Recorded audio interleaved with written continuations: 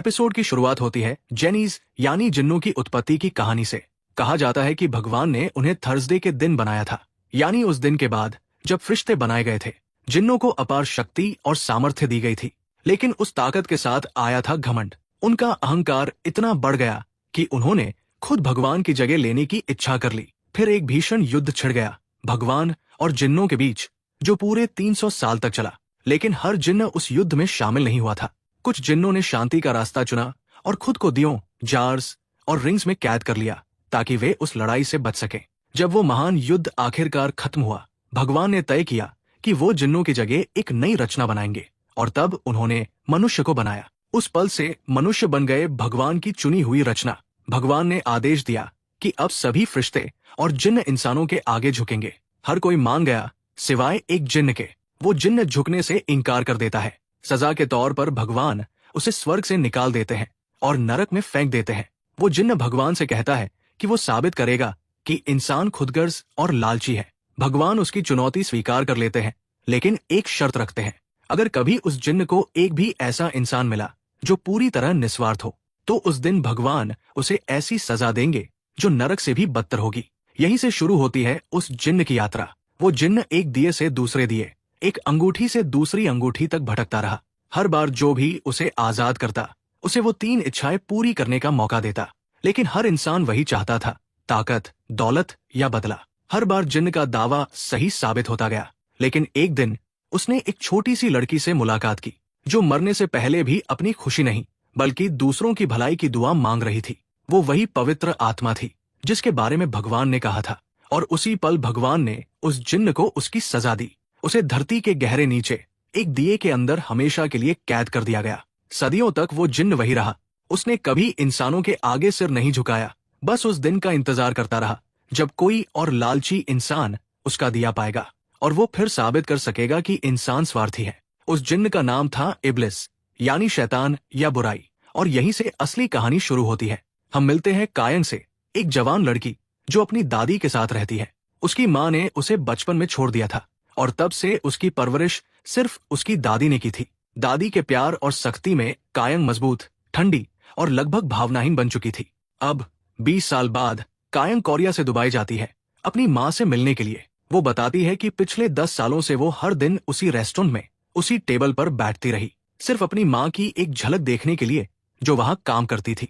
वो ये भी बताती है कि उसकी माँ जो पैसे घर भेजती थी, उसकी दादी ने कभी वो पैसे इस्तेमाल नहीं किए। उन्होंने वो सारे पैसे जमीन में गाड़ दिए और वहां मिर्च के पौधे लगा दिए। कहती थी, एक खुदगर्ज औरत के पैसों से अपने घर को नहीं चलाऊंगी। कायन अपनी माँ से बस एक बात कहने आई थी कि उसे और उसकी दादी को न तो उसके पैसों की जरूरत थी और न ही उसके झूठे प्यार की। वो चेतावनी देती है कि अगर उसकी माँ ने फिर कभी उसकी दादी को रुलाया तो वो उसे बख्शेगी नहीं। इतना कहकर वो मुड़ जाती है और चली जाती है। अगले दिन कायन एक डेजर्ट टूर पर जाती है। वो अपने ग्रुप से थोड़ा दूर निकल जाती है और अपनी सबसे अच्छी दोस्त मिंजी को टेक्स्ट कर रही होती है। चलते चलते अचानक उसका पैर किसी चीज से टकराता है। वो रेत में दबा हुआ एक पुराना, धूल से भरा दिया होता है। गुस्से में कायन उस दिए को जोर जोर से झटकती है, जैसे अपने अंदर का सारा दर्द और गुस्सा उसी पर निकाल रही हो। लेकिन तभी कुछ अजीब होता है। वो दिया चमकने लगता है और उससे बाहर आता है इब्लिस, जो लगभग 983 साल से कैद था। इब्लिस अपना परिचय देता है और बताता है कि उसने उसे आजाद किया है, लेकिन कायन उसे पागल समझकर वहां से चली जाती है। बाद में जब वो होटल के कमरे में लौटती है तो उसे हर जगह लंबे बाल दिखाई देते हैं और फिर वो देखती है कि इब्लिस वही बैठा उसका इंतजार कर रहा है। वो उसे अपनी कहानी बताता है, कैसे उस छोटी लड़की की पवित्र आत्मा ने उसे कैद किया था और कैसे उसने भगवान से एक और मौका मांगा था। भगवान ने उसे मौका तो दिया, लेकिन शर्त के साथ, अगर वो उसी आत्मा के पुनर्जन्म को ढूंढकर उसे भ्रष्ट कर सके तो वो आजाद हो जाएगा।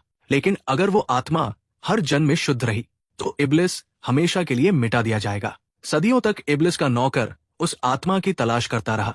हर बार जब वो उसे ढूंढता, वो लड़की मर जाती, इससे पहले कि वो इब्लिस से मिल पाती। लेकिन इस बार वो आत्मा फिर से जन्म ले चुकी थी, कायन के रूप में। और अब कायन ने ही उसे उस दिए से आजाद किया था। अब बस उसे 3 इच्छाएं मांगनी थी और इब्लिस साबित कर सकता था कि वो भी एक आम स्वार्थी इंसान है।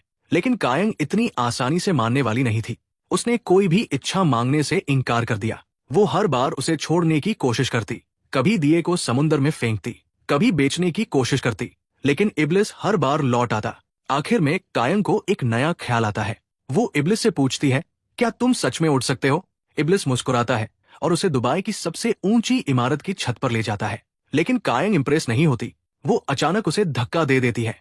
इब्लिस नीचे गिरता है, लेकिन कुछ ही सेकंड में वापस ऊपर आ जाता है, बिल्कुल सही सलामत। अब वो गुस्से में भर जाता है।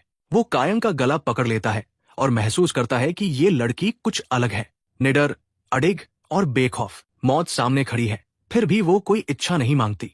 उल्टा कायन उसकी आंखों में देखकर जोर से हंसने लगती है। इब्लिस उसे देखता रह जाता है, हैरान और थोड़ा सा विचलित। शायद पहली बार उसने किसी ऐसे इंसान को देखा था जो उसकी समझ से परे था, और यहीं से उनकी अजीब किस्मतें एक दूसरे से टकरा जाती है। इब्लिस, जो अभी अभी कायन को ऊंचाई से गिरते हुए देखता है, अचानक उड़कर उसे पकड़ लेता है, ठीक जमीन पर गिरने से पहले, और उसी पल उसे सच्चाई का एहसास होता है। कायन वही लड़की है, वही आत्मा जिसने उसे 983 साल पहले उस दिए में कैद किया था। लेकिन अब वो पहले से भी ज्यादा जटिल हो चुकी थी, ज्यादा मजबूत, ज्यादा समझदार, और भ्रष्ट करना लगभग नामुमकिन। ये मानकर इब्लिस रात के अंधेरे में गायब हो जाता है।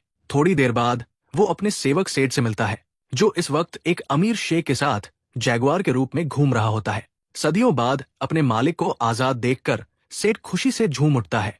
इब्लिस मुस्कुराते हुए कहता है, मैंने अपना नया मास्टर ढूंढ लिया है, कायंग। इस बीच कायंग वापस कोरिया जाने वाली फ्लाइट में बैठती है। वो दिया वही दुबई में छोड़ देती है। सोचती है कि अब उससे छुटकारा मिल गया। लेकिन जैसे ही खाना परोसा जाता है, वो देखती है इब्लिस उसके सामने बैठा आराम से उसका डिनर खा रहा है। घर पहुंचने पर दादी और सारे लोग उसका इंतजार कर रहे होते हैं, लेकिन सब तब हैरान रह जाते हैं जब कायंग के साथ एक अजनबी आदमी अंदर आता है। वो है इब्लिस, जो अब इंसान के रूप में भेष बदल कर आया है। दादी की सहेलियां तुरंत गॉसिप शुरू कर देती है। लगता है कायंग को दुबई में पति मिल गया। कायंग झल्लाकर कहती है, वो बस एक आदमी है जो होटल में मेरे साथ ठहरा था। वो इब्लिस को पकड़कर बाहर खींच ले जाती है और सख्त लहजे में चेतावनी देती है, मेरी दादी के सामने अगर तुमने जरा भी जादू किया या कोई गड़बड़ की तो मैं तुम्हें सच में मार दूंगी। गुस्से में वो कुल्हाड़ी तक उठा लेती है, लेकिन तभी उसकी दादी वहां आ जाती है। कायंग हैरान रह जाती है, क्योंकि उसकी दादी को इब्लिस दिखाई नहीं देता। उन्हें लगता है कायंग को फिर से गुस्से का दौरा पड़ा है। वो प्यार से उसका हाथ पकड़ती है और कहती है, घड़ी की टिक टिक सुनो, शांत हो जाओ। एक फ्लैशबैक दिखता है। जब कायंग की माँ उसे छोड़कर चली गई थी, तो उसकी दादी ने ही उसे सिखाया था कि गुस्सा कंट्रोल करने के लिए घड़ी की टिक टिक पर ध्यान दो। उन्होंने उसे सिखाया था कि पढ़ाई और अनुशासन ही जिंदगी की असली ताकत है। कायंग ने नेशनल यूनिवर्सिटी एग्जाम्स में टॉप किया था, लेकिन उसने कॉलेज की नौकरी छोड़कर एक ऑटोमोबाइल रिपेयर शॉप खोल ली थी। दादी को थोड़ा दुख हुआ था, लेकिन उनका रिश्ता कभी टूटा नहीं। उस शाम दादी मजाक में इब्लिस से पूछती है, बेटा तुमने कौन सी यूनिवर्सिटी से पढ़ाई की? इब्लिस जवाब देने में हकलाता है और कायंग के कमरे में भाग जाता है, जहां उसे मार्वल और डिज्नी के पोस्टर्स लगे मिलते हैं। वो खुद की तुलना उनके हीरो से करने लगता है, लेकिन कायंग हंसते हुए कहती है, उनसे अपनी तुलना मत करो, वरना वो तुम्हारे ऊपर कॉपीराइट केस कर देंगे। गुस्से में इब्लिस अपने नौकर सेड को लेकर साइबर कैफे चला जाता है। वो ऑनलाइन एक कंप्लेंट फाइल करता है कि एक पावरफुल जीनी को मार्वल और डिज्नी कैरेक्टर से तुलना करनी चाहिए, लेकिन ऑनलाइन यूजर्स उसे मजाक का पात्र बना देते हैं। इतना गुस्सा आता है कि वो पूरे कैफे की बिजली उड़ा देता है। अगली सुबह कायंग अपनी नई कार लेकर काम पर निकलती है। उसकी दादी खेत में काम कर रही होती है और एक पड़ोसी से गर्व से कहती है, वो देखो मेरी पोती की कार है, वही जो साइकोपैथ चलाती है। पड़ोसी डरकर पूछता है, सच में वो इतनी खतरनाक है? दादी हंसते हुए कहती है, हाँ, बचपन में तो लोगों को पीट देती थी, पर अब समझदार हो गई है। उसका गांव हमेशा उसके साथ रहा। लोगों ने उसे सिखाया कि परिवार और अपनापन गुस्से से कहीं ज्यादा मायने रखता है। शाम को जब कायंग घर लौट रही होती है, इब्लिस उसे रास्ते में रोक लेता है। अचानक उसकी नजर एक ट्रैक्टर पर पड़ती है। वो बड़ी दिलचस्पी से कहता है, मुझे यही ट्रैक्टर चाहिए। लेकिन वो ट्रैक्टर विलेज चीफ पार्क का होता है। जब चीफ पार्क इब्लिस को कायंग के साथ देखता है, वो शक में पड़ जाता है। इब्लिस मुस्कुराता है, उसकी नाक को छूता है और फुर्र से गायब हो जाता है। चीफ पार्क हैरान होकर इधर उधर देखने लगता है। उधर एक लोकल स्टोर में मिस कान नाम की औरत को उसका मैनेजर डांट रहा होता है, क्योंकि नीचे वाली फ्लोर पर सिर्फ खूबसूरत वर्कर्स को जाने की इजाजत थी, ताकि ग्राहकों को आकर्षित किया जा सके। उसी वक्त कायंग और इब्लिस वहां खरीदारी करने पहुंचते हैं। इब्लिस सारे रंगीन प्रोडक्ट्स देखकर बच्चों की तरह खुश हो जाता है, जबकि कायंग गुस्से में है। उसे चीफ पार्क वाला व्यवहार बिल्कुल पसंद नहीं आया था। वो सख्त लहजे में कहती है, मिंजी के सामने ऐसी हरकत करने की हिम्मत मत करना। इब्लिस पूछता है, मिंजी कौन है? और वहीं से सीन कट होता है मिंजी पर, जो कायंग की सबसे अच्छी दोस्त है। मिंजी एक डेंटिस्ट है, आत्मनिर्भर, आत्मविश्वासी, छोटे बाल और तेज दिमाग वाली। वो इस वक्त गोल्फ खेल रही होती है, जहां उसकी मुलाकात मिस्टर रियो के असिस्टेंट से होती है। वो मिस्टर रियो से सख्त नफरत करती है, क्योंकि वो उनके गांव को तोड़कर वहां प्रोजेक्ट बनाना चाहता है। इसलिए वो उसके किसी आदमी से भी शालीनता से बात नहीं करती। उधर इब्लिस और सेड एक और दुकान पर जाते हैं, जहां इब्लिस पहली बार कैन जूस पीता है और उसे बहुत पसंद आता है। फिर वो बच्चों को वीडियो गेम खेलते देखता है और समझता है कि ये भी किसी लैंप बैटल जैसा खेल है। वो सारे सिक्के हार जाता है, फिर भी जीत नहीं पाता। निराश होकर वो कायंग के पास भागता है और कहता है, मुझे पैसे दो, नहीं तो मैं तुम्हारी एक इच्छा इस्तेमाल कर लूंगा। कायंग ताना मारती है, तुम खुद तो जादू से पैसे बना सकते हो। इब्लिस समझाता है, जेनीज अपने लिए जादू नहीं कर सकते। फिर वो शर्माते हुए बताता है, मैंने तुम्हारी दादी से थोड़े पैसे उधार ले लिए थे। ये सुनकर कायंग का पारा चढ़ जाता है। वो गुस्से में उसका पीछा करती है और इब्लिस ड्रामा करता हुआ उसकी कार के सामने कूद जाता है। कायंग बिना रुके उसे सीधा गाड़ी से ठोक देती है। बाद में इब्लिस सेठ से शिकायत करता है। सेठ सलाह देता है, उस पागल औरत से उलझने से अच्छा है कोई पार्ट टाइम जॉब कर लो। इब्लिस पूछता है, साइकोपैथ मतलब क्या? सेठ उसे वापस साइबर कैफे ले जाता है और इंटरनेट पर दिखाता है। परिभाषा देखकर खुद इब्लिस भी डर जाता है। अब इब्लिस कायंग को परखने का निश्चय करता है। वो उसके गराज में जाता है, जहां कायंग काम कर रही होती है। वो दरवाजा बंद कर देता है और अंदर आग लगा देता है, ताकि कायंग डरकर कोई इच्छा मांग ले। लेकिन कायंग साइड डोर से बाहर निकलती है, एक मेटल रॉड उठाती है और इब्लिस की धुनाई कर देती है। चेतावनी देती है, दोबारा ऐसा किया तो तुम्हें जिंदा नहीं छोड़ूंगी। आग बुझाने के लिए इब्लिस जादू का इस्तेमाल करता है और लोग हैरान रह जाते हैं कि कायंग एक ऐसे आदमी को पीट रही है जिसका सिर टूटा, हाथ मुड़ा, फिर भी वो बिल्कुल ठीक है। बाद में कायंग और मिंजी अपनी वेंसडे डिनर ट्रेडिशन निभाने जाते हैं, एक ऐसा डिनर जो वो कभी मिस नहीं करती। दोनों हमेशा एक ही डिश ऑर्डर करती है। थोड़ी बहस होती है, लेकिन मिंजी की शांति कायंग के गुस्से को संभाल लेती है। डिनर के दौरान जब मिंजी पानी लेने जाती है, इब्लिस अचानक कूलर से निकल आता है। कायंग डरकर बोल पड़ती है, लेकिन सबको लगता है वो हवा से बात कर रही है। बाद में कायंग उसे एक हेयर पिन खरीद कर देती है और कहती है, जब अदृश्य बनो तो ये पिन लगाना, ताकि मुझे पता चले कि तुम ही हो। इब्लिस मुस्कुराकर पूछता है, तुमने ये इच्छा के रूप में क्यों नहीं मांगी? कायंग जवाब देती है, क्योंकि मैं जानती हूँ जैसे ही मेरी 3 इच्छाएं पूरी होंगी तुम मुझे मार दोगे। वो आगे कहती है, मेरी दादी हमेशा कहती है, इस दुनिया में बहुत से अच्छे लोग हैं, शायद बुरी तो मैं ही हूँ। तो तुम जिस प्योर सोल को ढूंढ रहे हो वो मैं नहीं हो सकती। इब्लिस मुस्कुराता है, लेकिन हार नहीं मानता। तब कायंग उसे एक चुनौती देती है, उसकी पहली इच्छा, अगर तुम मुझे 5 अलग अलग लोगों के जरिए ये साबित कर सको कि दुनिया सच में भ्रष्ट है, तो मैं अपनी बाकी 2 इच्छाएं मांग लूंगी और तुम्हें खुद अपनी मौत दे दूंगी। इब्लिस को लगा कि कायंग ने अपनी कीमती विश में से एक विश इतनी बेवकूफी भरी बात पर बर्बाद कर दी है। फिर भी वो ये साबित करने के लिए बेताब था कि वो गलत नहीं है। वो चुनौती को आत्मविश्वास से स्वीकार करता है, यकीन के साथ कि वो किसी की भी फितरत को बदल सकता है। उनकी तलाश 5 उम्मीदवारों की शुरू होती है। पहली उम्मीदवार थी मिस कांग, वही औरत जिसे उसके बॉस ने स्टोर में सबके सामने अपमानित किया था। उसे देखते ही इब्लिस मुस्कुराया, ये औरत तो पहले से ही बेताब है। वो बोला, इसे बिगाड़ना मेरे लिए बच्चों का खेल है, ये पहले से ही किसी विश की भूखी है। जल्द ही उन्होंने दूसरी उम्मीदवार ढूंढ ली, एक सीधी सादी सी लड़की जो गांव के बैंक में काम करती थी। वो देखने में भोली लग रही थी, लेकिन इब्लिस का मानना था कि हर इंसान के अंदर कहीं न कहीं स्वार्थ छिपा होता है, बस सही वक्त आने का इंतजार करता है। थोड़ा आगे बढ़ते हुए इब्लिस की नजर एक आवारा कुत्ते पर पड़ी और उसने तुरंत कहा, ये होगा मेरा तीसरा उम्मीदवार। कायंग ने हैरानी से पूछा, कुत्ता? इब्लिस मुस्कुराया, तुमने तो ये नहीं कहा था कि सारे इंसान ही होने चाहिए। आगे चलते हुए एक गांव वाला मिस्टर सैंग उन्हें लिफ्ट देने के लिए रुकता है। कायंग ठंडे अंदाज में मना कर देती है।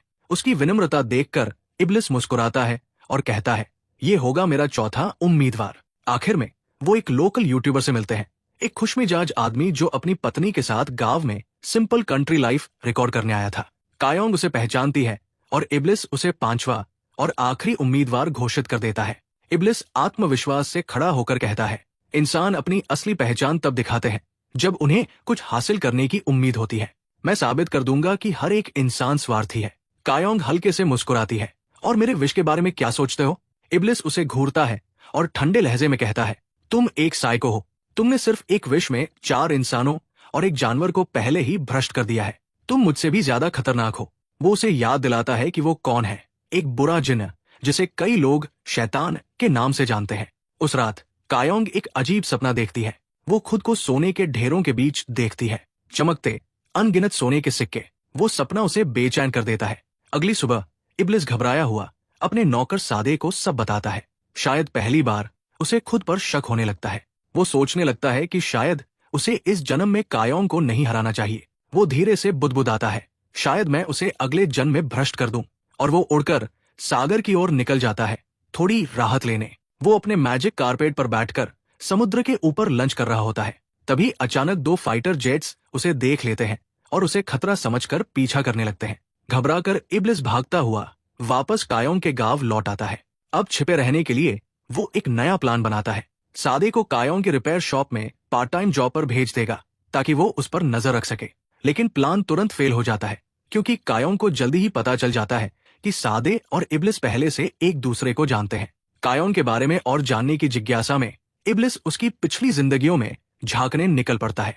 एक जीवन में वो एक जासूस थी और दूसरे में राजा की संदेशवाहक। लेकिन हर जन्म में इब्लिस उससे मिलने से पहले ही मारा जाता है, कभी सिपाहियों के तीरों से, कभी राजा के आदेश पर। थकाहारा वो वर्तमान में लौटता है, जहां कायोंग उसका इंतजार कर रही होती है, गुस्से में भरी हुई। तुमने मेरी विश अब तक पूरी क्यों नहीं की? वो चीखती है। क्या तुम मुझे पागल करने की कोशिश कर रहे हो? जवाब में इब्लिस उसे एक ऊंची इमारत मिस्टर रियो के स्काई स्क्रैपर पर ले जाता है। वहां खुद मिस्टर रियो प्रकट होते हैं और हैरानी की बात ये कि वो इब्लिस को देख सकते हैं, और उससे भी ज्यादा चौंकाने वाली बात, वो जरा भी डरते नहीं। कायोंग कुछ समझ पाती उससे पहले ही इब्लिस उसे धक्का देकर नीचे फेंक देता है। ठंडे लहजे में बस इतना कहता है, मुझे बस उसका एक पंख ला कर दो। कायोंग नीचे गिर रही होती है, तभी मिस्टर रियो छलांग लगाते हैं। उनकी पीठ से विशाल चमकते फरिश्तों जैसे पंख निकलते हैं। वो उसे गिरने से पहले पकड़ लेते हैं। जमीन पर उतरते ही कायोंग जल्दी से उनका एक पंख तोड़ लेती है और भाग जाती है। उधर इब्लिस और रियो आमने सामने खड़े होते हैं, पुराने दुश्मन की तरह। यही सच्चाई सामने आती है। इब्लिस एक गिरा हुआ शैतान है और रियो एक दिव्य फरिश्ता, जिसे उसे रोकने के लिए भेजा गया है। दोनों के बीच चेतावनियों का आदान प्रदान होता है और जाते जाते गुस्से में इब्लिस रियो की इमारत का आधा हिस्सा नष्ट कर देता है। अगली सुबह कायोंग उस फरिश्ते के पंख से अपनी डायरी में लिखती है, लेकिन वो कलम अजीब थी। वो सिर्फ सच लिख सकती थी। जब उसने लिखा, मैं अपनी दादी के लिए एक बोझ हूं, तो शब्द बोझ बदलकर ताकत बन गया। कायोंग मुस्कुरा उठी। उसे एहसास हुआ कि वो अपनी दादी का बोझ नहीं, उसकी ताकत है। तभी इब्लिस प्रकट हुआ और बोला, मिस कांग ने अपनी पहली विश मांग ली है। उसने उसे लैम्प से आजाद कर दिया था और उसकी पहली इच्छा पूरी कर दी थी। वो अपने बॉस से ऊंचे पद पर पहुंच गई थी। अब वो ब्रांच मैनेजर थी। कुछ दिन बाद कायोंग ने जब मिस कांग को देखा, वो पूरी तरह बदल चुकी थी, आत्मविश्वास से भरी, खूबसूरत और बिल्कुल अलग इंसान। फिर कायोंग ने इब्लिस को अपनी बेस्ट फ्रेंड मिंजी के बारे में बताया, कैसे स्कूल में सब उसे परेशान करते थे, जब तक कि कायोंग ने उसके लिए खड़े होकर उसका साथ नहीं दिया था। उस दिन से दोनों अलग नहीं हुई। कायोंग ने ही उसे मेहनत करने को प्रेरित किया था, जिसकी वजह से आज मिंजी एक सक्सेसफुल डेंटिस्ट बनी। इस बीच शहर में मिस्टर रियो की असिस्टेंट इरेम उसे बताती है कि कायोंग ने अपनी पहली विश कर दी है और इब्लिस उसे पूरा कर रहा है। वो ये भी बताती है कि कायोंग ने रियो का पंख क्यों लिया, ताकि वो एक सच्ची, बिना बदलाव के रिकॉर्ड रख सके। एक फरिश्ते और जिन की जंग की।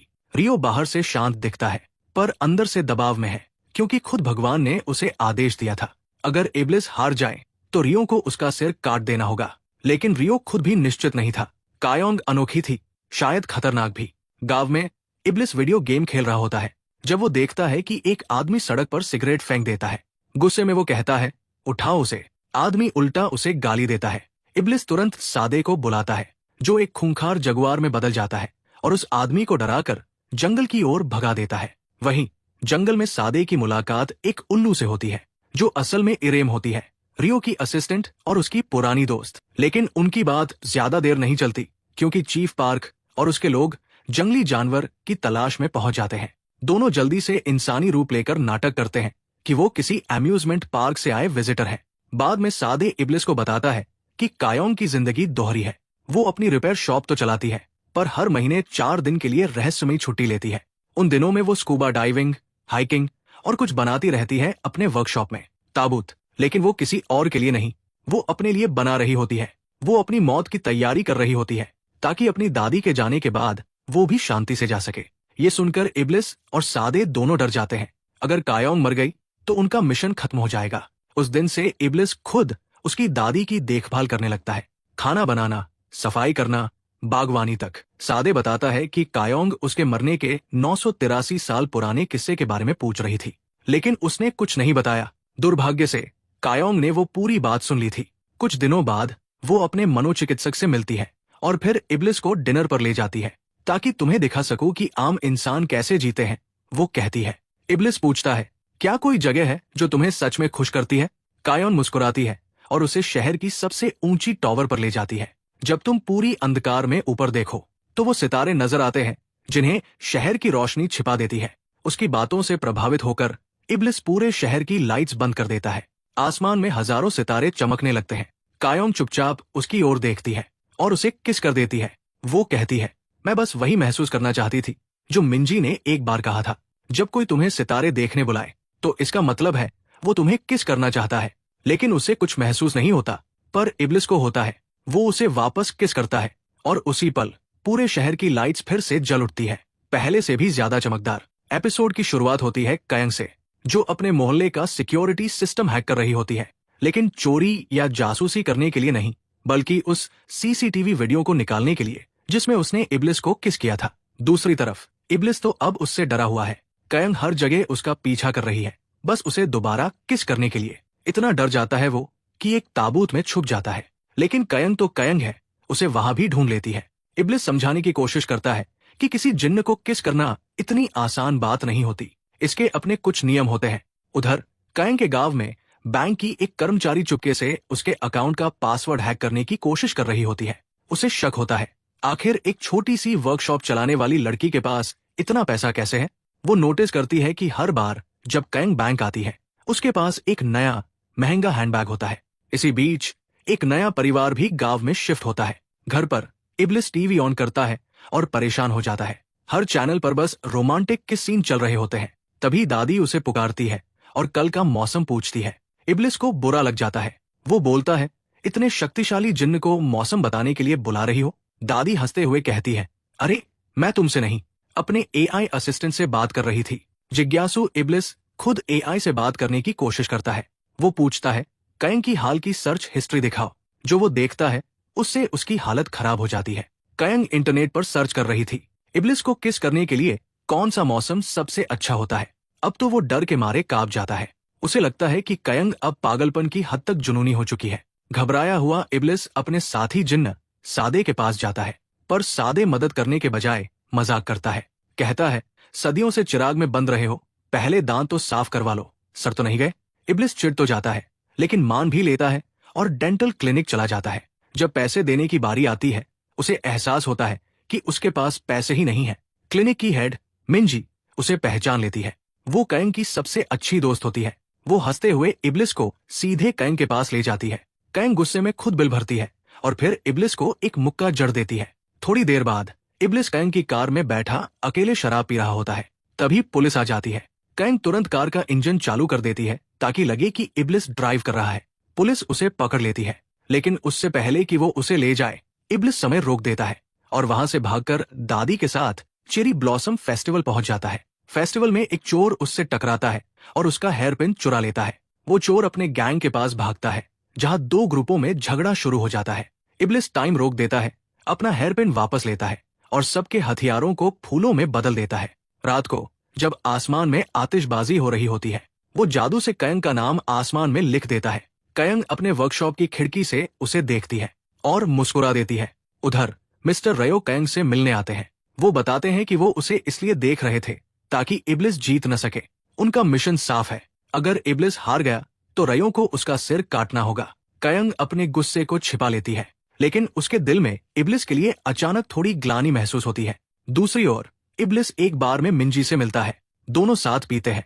मिंजी कहती है कि उसे इब्लिस पसंद नहीं है, पर जब वेट्रेस को पता चलता है कि मिंजी लड़की है तो जो हंसी मजाक होता है उससे दोनों दोस्त बन जाते हैं। कायोंग बाहर से ये सब देखती है और उसे अजीब सी जलन महसूस होती है। मिंजी को घर छोड़ने के बाद कायोंग इब्लिस से पूछती है, तुम और रयो दुश्मन क्यों हो? इब्लिस बताता है, बहुत समय पहले जब जिन्नों ने भगवान के खिलाफ विद्रोह किया था तो भगवान ने फरिश्तों को भेजा उन्हें खत्म करने के लिए। रयो उन फरिश्तों का नेता था। उसने ज्यादातर जिन्नों को मार डाला। कुछ बचे जो दुनिया भर में छुप गए और रयो आज भी उन्हें खोज रहा है। इब्लिस बताता है कि जिन मौसम बदल सकते हैं, टेलीपोर्ट कर सकते हैं और समय को भी रोक सकते हैं। ये सुनकर कैन को उनका पहला किस याद आता है। जब बारिश हो रही थी, घबराकर इब्लिस वहां से भाग जाता है और फिर से चेरी ब्लॉसम के खेतों में पहुंचता है। अगले दिन दादी की दोस्त मिसेस कांग अपनी दूसरी विश करती है। वो फिर से अपने 20वें साल में लौटकर ब्रांच मैनेजर बनना चाहती है। इब्लिस वो विश तुरंत पूरी कर देता है। इसी बीच नए परिवार का छोटा बेटा अपने घर में एक आदमी को बंद पाता है। वो दरअसल एक और जिन्न होता है। वर्कशॉप में कायंग एक बदतमीज कस्टमर से डील कर रही होती है। तभी सादे अंदर आता है, हाथ में कार वॉश का लिक्विड लिए हुए, जिसे वो जूस समझ बैठा था। कस्टमर ये सब देखकर डर के मारे भाग जाता है। थोड़ी देर बाद जुनवू, वही लड़का जो हाल ही में गांव में आया था, कायंग से मिलने आता है। वो बताता है कि वो उसे कॉलेज से जानता था और उसी की वजह से यहाँ शिफ्ट हुआ। उधर इब्लिस जब मिसेस कांग की विश पूरी करता है तो 20 साल पीछे चला जाता है। वहां उसे बचपन की कायंग मिलती है जो उसे पत्थर मार देती है। सोचती है कोई अजनबी है। बाद में प्रेजेंट टाइम में कायंग को ये याद आता है और उसे एहसास होता है कि उसका रिश्ता इब्लिस से बहुत पुराना है। सादे जब जुनवू का जिक्र करता है तो इब्लिस को जलन होने लगती है। बारिश शुरू होती है। कायंग इब्लिस को ढूंढने निकल पड़ती है। वो उसे एक सुनसान सड़क पर पाती है। वही कुत्ता उसके पास होता है जो हमेशा उस पर भौंकता था। पता चलता है उस कुत्ते का नाम मट है और वही इब्लिस का अगला विश करने वाला है। मट की इच्छा, वो एक हैंडसम 40 साल का आदमी बनना चाहता है। इब्लिस उसकी विश पूरी कर देता है, लेकिन बदले में कहता है, अब सारे कुत्तों से कहना कायंग पर कभी मत भौंको। मट इंसान तो बन जाता है पर दिमाग अब भी कुत्ते वाला ही रहता है। यहाँ तक कि बिजली के खंभे के पास जाकर पेशाब करने लगता है। थोड़ी देर बाद दादी गलती से कायंग की डायरी पढ़ लेती है। उन्हें इब्लिस से उसका कनेक्शन पता चल जाता है। कायंग घबरा जाती है और इब्लिस से कहती है कि वो डायरी अपने चिराग में छिपा दे। वहां बैठकर वो इब्लिस से कहती है, मुझे लगता है मैं लोगों के लिए जूते में फंसे पत्थर जैसी हूँ, सबके लिए असुविधा। वो ये भी कहती है कि जब उसकी दादी मर जाएंगी तो वो भी जीना नहीं चाहती और अगर मरना ही है तो वो चाहती है कि इब्लिस ही उसे मारे, क्योंकि वो मजेदार और आसान होगा। वो नहीं चाहती कि इब्लिस हारे। इब्लिस हैरान रह जाता है। कायंग जानती है कि अगर वो जीता तो उसे मरना होगा, फिर भी वो उसी के साथ खड़ी है। दोनों मिलकर चिराग के अंदर का फर्नीचर सजाते हैं ताकि कायंग वहां काम कर सके। दादी उनकी आवाजें सुनकर देखने आती है, पर दोस्तों में उलझकर चिराग को पलंग पर फेंक देती है, जिससे कायंग और इब्लिस गलती से एक दूसरे के बहुत करीब गिर जाते हैं। वो किस करने ही वाले होते हैं पर फिर रुक जाते हैं। उन्हें याद आता है कि जादू के लिए उन्हें पहले नशे में होना पड़ेगा, तो दोनों बाहर ड्रिंक करने निकलते हैं। लेकिन रास्ते में कायंग रुक जाती है। वो देखती है कि उसकी दादी रो रही है। गांव के बुजुर्ग मिस्टर किम का देहांत हो गया है और दादी कहती है कि अब उन्हें मौत से डर लगने लगा है, क्योंकि वो कायंग के साथ थोड़ा और वक्त बिताना चाहती है। रात में कायंग इब्लिस से दोबारा मिलती है और अपनी दूसरी विश मांगती है। मैं चाहती हूँ कि मेरी दादी फिर से जवान हो जाए, बिल्कुल मेरी उम्र की।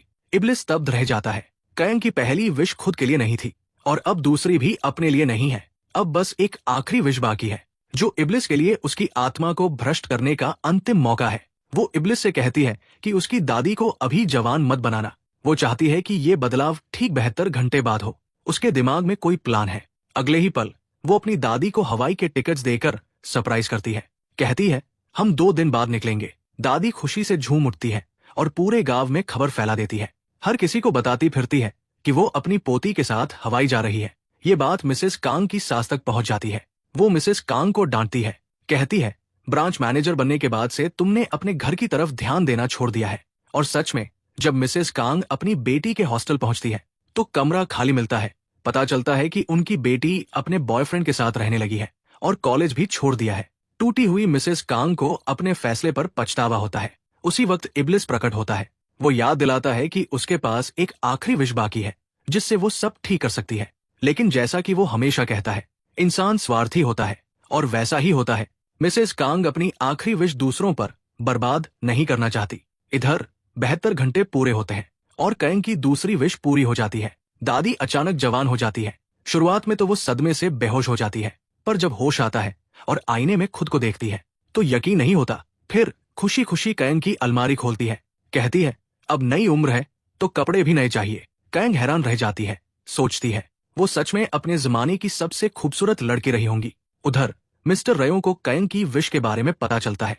वो इब्लिस से मिलने आता है और चेतावनी देता है, ऐसे चमत्कार करना मना है। आज के दौर में अगर कोई अचानक जवान या अमीर हो जाए तो जादू के अस्तित्व का पर्दाफाश हो जाएगा और ये ईश्वरीय नियमों के खिलाफ है। इसी बीच इब्लिस मट की दूसरी विश पूरी करता है। हालांकि मट अब एक हैंडसम इंसान बन चुका है, पर उसे पहचान और पैसे चाहिए ताकि वो इंसानों में रह सके। इब्लिस वो भी दे देता है, लेकिन मट के अंदर अब भी कुत्ते वाले आदतें बाकी रहती है। दो लड़के उसे चिढ़ाते हैं तो वो गुस्से में काट ही लेता है, जैसे कुत्ते काटते हैं। पूरा मोहल्ला हंगामे में बदल जाता है। घर पर दादी अपनी नई जवानी का खूब मजा लेने लगती है। गर्मियों में लेदर जैकेट पहनना, भागना दौड़ना, स्टंट्स करना और दिन रात शॉपिंग करना। कयंग मजबूर होकर उनके लिए नियम बनाती है। अब तुम अपनी पहचान छिपाओगी और अपने पुराने दोस्तों से दूरी रखोगी ताकि कोई तुम्हें पहचान न ले। कयंग जब दादी को संभालने में बिजी होती है तो इब्लिस को डिनर नहीं मिलता। वो गुस्से में बाहर जाकर बैठ जाता है। वही कुछ गांव वाले पत्ता गोभी की फसल काटने की तैयारी कर रहे होते हैं। इब्लिस भी चुपचाप उनके साथ काम करने लगता है। कड़ी मेहनत के बाद उसे पहली बार सैलरी मिलती है। वो इतना खुश होता है कि अगले दिन फिर लौट आता है, सिर्फ उस खुशी को दोबारा महसूस करने के लिए। उसी वक्त मिस्टर सैंग नाम का एक आदमी अपनी ट्रक से एक हिरन को टक्कर मार देता है। हिरन जिंदा होता है पर घायल। वो दया में उसे मारने ही वाला होता है कि इब्लिस वहां आ जाता है। कहता है, मैं तुम्हारी 3 विश पूरी कर सकता हूँ। मिस्टर सैंग उस पर हंसता है और मजाक में पहली विश मांग लेता है, इस हिरन को ठीक कर दो। और इब्लिस सच में उसे ठीक कर देता है। अब मिस्टर सैंग गुस्से में चिल्लाता है, ये तो मेरी टेस्ट वाली विश थी। इब्लिस शांत स्वर में कहता है, अपनी हद पार मत करना, और गायब हो जाता है, कहकर कि बाकी 2 विश सोच समझकर मांगना। थोड़ी देर बाद इब्लिस सादे को कहता है कि वो जुनवू की जांच करे, वही लड़का जो हाल ही में गांव में आया था। सादे पता लगाता है कि कॉलेज के दिनों में कयंग और जुनवू साथ में डांस क्लास करते थे। इब्लिस को जलन होने लगती है। गुस्से में वो टाइम ट्रैवल करता है, अतीत में जाकर जुनवू की टांग चोटिल कर देता है ताकि वो अगले दिन डांस न कर पाए। इस बीच चीफ पार्क जुनवू के घर जाता है। वो देखकर हैरान रह जाता है। घर में बॉडीगार्ड्स है और अंदर एक आदमी बंधा हुआ है जो कुछ ही देर में रहस्यमयी तरीके से गायब हो जाता है। जब वो आखिर जुनवू से मिलता है तो जुनवू उसे नकली फोन नंबर देता है। फिर दिखाया जाता है कि जुनवू के पास कयंग की कई तस्वीरें हैं। वो उसे चुपके से देखता रहता है। घर लौटकर कयंग गांव में चारों तरफ छिपे कैमरे लगाती है ताकि दादी पर नजर रख सके। घर आते ही वो देखती है कि दादी मिर्च के खेत में खुदाई कर रही है। कहती है, यहाँ पैसे गड़े हैं। कयंग हंसते हुए समझाती है कि वो पैसे बहुत पहले शेयर मार्केट में लगा दिए थे और वो सुरक्षित है। शाम को कयंग मिंजी के साथ डिनर करती है। वही पता चलता है कि कयंग ने ही कभी मिंजी की कॉलेज फीस भरी थी। मिंजी पूछती है, आंटी कहाँ है आजकल? कयंग झूठ बोलती है, वो हवाई में है, मैं काम की वजह से यही रह गई। अगले दिन दादी बाल कटवाने जाती है, पर रास्ते में एक स्कूटर उनसे टकराने ही वाला होता है। मिंजी वहां पहुंचती है और उन्हें बचा लेती है। दोनों में बातचीत होती है और मिंजी उनकी खूबसूरती देखकर दंग रह जाती है। उसे अंदाजा भी नहीं होता कि वो कयंग की दादी है। दोनों की दोस्ती हो जाती है। उधर बैंक की वही कर्मचारी जो कयंग के अकाउंट को लेकर जुनूनी थी, अब अपने बॉस से डांट खाती है और उसे बर्तन धोने का काम दे दिया जाता है। वो गुस्से में बर्तन साफ कर रही होती है, तभी उसे इब्लिस का चिराग दिखाई देता है। उसे केतली समझकर वो रगड़ देती है और इब्लिस बाहर आ जाता है। वो हैरान होकर अपनी पहली विश मांग लेती है, मुझे कयंग के सारे पैसे चाहिए। इब्लिस मजबूर होकर वो विश पूरी कर देता है। थोड़ी देर बाद जब कयंग अपनी डायरी लिख रही होती है, इब्लिस वहां आता है और कहता है, अब देख लिया, इंसान कितना भ्रष्ट होता है। कयंग को एहसास होता है कि वो सही कह रहा है, लालच जीत रही है। वो दुखी होकर इब्लिस को गले लगाती है, जानती है कि एक दिन वही उसे मारेगा। उसका ये इशारा इब्लिस के दिल को छू जाता है। तभी कयंग की नजर पास रखी एक रेत घड़ी पर जाती है, लेकिन उसके अंदर की रेत हिल नहीं रही होती। इब्लिस कहता है, ये रेत घड़ी नहीं है, ये एक ताबूत है। इसमें जो रेत दिख रही है वो तुम्हारी पिछली जिंदगी की राख है। कयंग उसे छूती है और अचानक उसे अपने पिछले जन्म की झलक दिखाई देती है। वो समझ जाती है कि वो पहले भी इब्लिस के चिराग में रह चुकी है। अगले दिन जुनवू अपने छोटे बेटे के साथ कयंग की वर्कशॉप आता है। वो कुछ देर के लिए बच्चे को वही छोड़ देता है। कयंग नोटिस करती है कि वो लड़का कोरियाई गोरियो राजवंश के बारे में पढ़ रहा है और अरब साम्राज्य के साथ उसके रहस्यमयी रिश्ते पर रिसर्च कर रहा है। वो देखती है कि बच्चा हमेशा थका हुआ लगता है और ऐसे चलता है जैसे किसी अदृश्य जंजीर से बंधा हो, लेकिन वो इसे अनदेखा कर देती है। वो सादे से कहती है कि उस बच्चे पर नजर रखे जब तक वो बाहर का काम निपटा ले। जैसे ही वो लड़का सादे को देखता है वो घबरा जाता है क्योंकि वो सादे की असली शक्ल देख सकता है, एक तेंदुए के रूप में। दूसरी ओर कायंग देखती है कि उसकी दादी और मिंजी साथ में हंस रही है, और भले उसे खुशी होनी चाहिए, लेकिन उसके दिल में थोड़ी जलन सी उठती है। वो चुपचाप वहां से चली जाती है। उधर मिस्टर रयो गुस्से से भरा है, क्योंकि इब्लिस ने मट को पैसे और आईडी दी थी, जो असल में रयो के अपने लॉकर से चोरी की गई थी। यहाँ तक कि उसने रयो का फरिश्तों वाला चित्र भी जला दिया। दोनों में जबरदस्त लड़ाई होती है, लेकिन इब्लिस आसानी से जीत जाता है, साबित करते हुए कि अब भी वही ज्यादा शक्तिशाली है। एपिसोड के अंत में कायंग अपने पिछले जन्म की यादों को समझने की कोशिश कर रही होती है। तभी दरवाजे पर दस्तक होती है। वो खोलती है और सामने खड़ा होता है मिस्टर रयो। वो कहता है, मैं तुम्हारी मदद करने आया हूँ, ताकि तुम आखिरकार याद कर सको कि तुम अपने पिछले जन्म में कैसे मरी थी। कायोंग गुस्से में मिस्टर रियो का सामना करती है। वो पूछती है, तुम मेरी मदद क्यों करना चाहते हो? मिस्टर रियो शांत स्वर में जवाब देते हैं, क्योंकि मैं इब्लिस को मारना चाहता हूँ और तुम भी उसे हराना चाहती हो, तो क्यों ना हम दोनों मिलकर काम करें। लेकिन कायोंग उस पर भरोसा नहीं करती। वो पास पड़ी एक धातु की छड़ी उठाती है और उसके चेहरे पर वार करती है, कहते हुए, तुम्हारी आंखें बता रही है कि तुम झूठे हो। उसी समय इरेम डिनर करते हुए साड़े के साथ बैठी होती है। वो कायोंग के अचानक भड़कने की ऊर्जा महसूस करती है। दोनों समझ जाते हैं कि इब्लिस जरूर फिर से किसी खेल में व्यस्त है, और केवल कायोंग ही होगी जो मिस्टर रियो पर हमला करने की हिम्मत रखती है। अगली सुबह पुलिस कायोंग की वर्कशॉप पर पहुंचती है। वो एक लापता लड़की की तलाश कर रहे होते हैं। कायोंग कहती है कि उसे कुछ नहीं पता, मगर उसके चेहरे से साफ है कि वो कुछ छुपा रही है। दरअसल कुछ दिन पहले मिस्टर सैंग के ट्रक को रिपेयर करते समय उसने हेडलाइट में फंसे कुछ बाल देखे थे, और वो बाल उसी लड़की के थे जो अब गायब है। इधर साड़े इब्लिस को बताता है कि कायोंग ने मिस्टर रियो पर हमला क्यों किया। दिलचस्पी से भरा इब्लिस उसे ढूंढने जाता है, लेकिन कायोंग उस वक्त स्कूबा डाइविंग कर रही होती है। वो पानी के भीतर पहुंच जाता है और मुस्कुराते हुए कहता है, क्या तुम अपनी मौत की प्रैक्टिस कर रही हो? शायद भगवान ने हमें इसलिए मिलवाया है, ताकि मैं तुम्हारी मौत को आसान बना सकूं। उधर कायोंग की दादी बहुत सजेधजे अंदाज में एक बेकरी जाती है और वहां मिंजी से टकरा जाती है। दोनों बातें करते हैं, हंसते हैं, लेकिन तभी दादी की एक पुरानी सहेली उन्हें देख लेती है। रात तक गांव में अफवाह फैल जाती है। कायोंग की दादी ने कभी हवाई से कॉल नहीं किया, और जब से वो गई है, कायोंग के घर में एक जवान लड़की रहने लगी है। कहीं ऐसा तो नहीं कि कायोंग ने अपनी ही दादी को मारकर पिछवाड़े में दफना दिया हो। अगले दिन वही बुजुर्ग औरतें चीफ पार्क के साथ कायोंग के घर पहुंच जाती है। वो चिल्लाती है, उसे गिरफ्तार करो, ये तो पागल है, कातिल है। कायोंग टूटने लगती है, और दादी भी ये सब सुनकर दिल से आहत होती है। लेकिन तभी चीफ पार्क के फोन पर वीडियो कॉल आती है, और स्क्रीन पर कायोंग की दादी जिंदा नजर आती है। सभी दंग रह जाते हैं। कायोंग का नाम साफ हो जाता है, और शर्मिंदा होकर सब लौट जाते हैं। थोड़ी देर बाद इब्लिस प्रकट होता है, मुस्कुराते हुए कहता है, थैंक यू तो बोलो, वो वीडियो कॉल मैंने ही अरेंज की थी। कायोंग गुस्से से जवाब देती है, यही होता है जब कोई शैतान से मदद मांगता है, नतीजा कभी अच्छा नहीं होता। उसकी बात सुनकर इब्लिस का चेहरा उतर जाता है। वो चुपचाप चला जाता है, दुखी और अकेला। वो सड़क किनारे बैठा होता है। तभी एक लड़की उसके पास आकर उसका चेहरा पढ़ने की कोशिश करती है। जब वो मजाक में कहता है कि मेरे पूर्वज फरिश्तों से लड़े थे, तो वो हंसकर चली जाती है। सोचती है कि वो पागल है। इसी बीच हमें आखिरकार इरेम की असली पहचान पता चलती है। वो मौत की फरिश्ता है, जो मिस्टर रियो के धुएं से बनी थी। वो पहले स्वर्ग में एक उल्लू थी, लेकिन भगवान की बातें चोरी छिपे सुनने की सजा में उसने अपनी सुनने की शक्ति खो दी। अब वो लोगों के होंठ पढ़कर उनकी सच्चाई समझती है। दूसरी ओर इब्लिस कुछ आदमियों के साथ जुआ खेलने बैठता है। एक आदमी उसे एडवांस में पैसे देता है, और खुशी में इब्लिस उसकी नाक से नाक रगड़ देता है, जो अरब संस्कृति में आभार का इशारा है। लेकिन वो आदमी उसे छेड़छाड़ का केस लगाकर पुलिस में फंसा देता है। फिर कायोंग को आकर उसे छुड़ाना पड़ता है। गुस्से में वो इब्लिस पर थप्पड़ बरसाती है, तुमसे तो कुछ नहीं सुधरने वाला। इधर वो बैंक कर्मचारी जिसने कायोंग का पैसा चुराया था, परेशान है। वो उस पैसे को इस्तेमाल ही नहीं कर पा रही। हारकर वो दूसरा विश मांगती है, कायोंग के अकाउंट की लिमिट हटाओ, ताकि मैं पैसा यूज कर सकूं। इब्लिस उसकी ये इच्छा भी पूरी कर देता है, और वो तुरंत वही महंगा बैग खरीद लेती है जो कायोंग के पास है। इब्लिस मजाक में पूछता है, अब तुम गुस्सा नहीं हो? कायोंग शांति से कहती है, क्या तुम्हें किसी चीज से नफरत नहीं होती, जैसे वैम्पायर लहसुन से या क्रॉस से डरते हैं? इब्लिस मुस्कुराकर कहता है, मुझे सिर्फ तुमसे नफरत है, तो शायद तुम्हें मेरी लैंप छोड़ देनी चाहिए। उधर मिंजी और दादी एक साथ वर्कआउट कर रहे होते हैं, जबकि चीफ पार्क को जुनू के घर वालों पर शक होने लगता है। उसे एहसास होता है कि वो बॉडीगार्ड नहीं, बल्कि असली सैनिक है।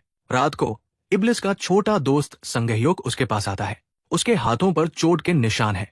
वो बताता है कि उसकी माँ का बॉयफ्रेंड उसे मारता है। वो कहता है, उस रात मैंने आसमान में एक फरिश्ता देखा था और दुआ की थी कि वो उस आदमी को सजा दे। इब्लिस का दिल पसीज जाता है। वो उस आदमी को उठा ले जाता है, उसे रेगिस्तान के बीच छोड़ देता है जहां भूखे भेड़िए उसे घेर लेते हैं, और इब्लिस बिना पीछे देखे चला जाता है जबकि आदमी चीखता रह जाता है। इब्लिस फिर संगयोग से कहता है, बहुत साल पहले मैंने अपनी कौम के लिए जंग लड़ी थी, अब मैं एक नई जंग छेड़ने वाला हूँ, इस बार अपने इंसानी दोस्तों के लिए जो अन्याय झेलते हैं। तभी मिस्टर रियो प्रकट होते हैं। वो चेतावनी देते हैं, इब्लिस, तुम दुनिया का संतुलन बिगाड़ रहे हो, अच्छा बनने का दिखावा मत करो, वरना मैं सबको बता दूंगा कि तुमने कायोंग के साथ क्या किया था। ये सुनकर इब्लिस की आंखें आग की तरह चमक उठती है।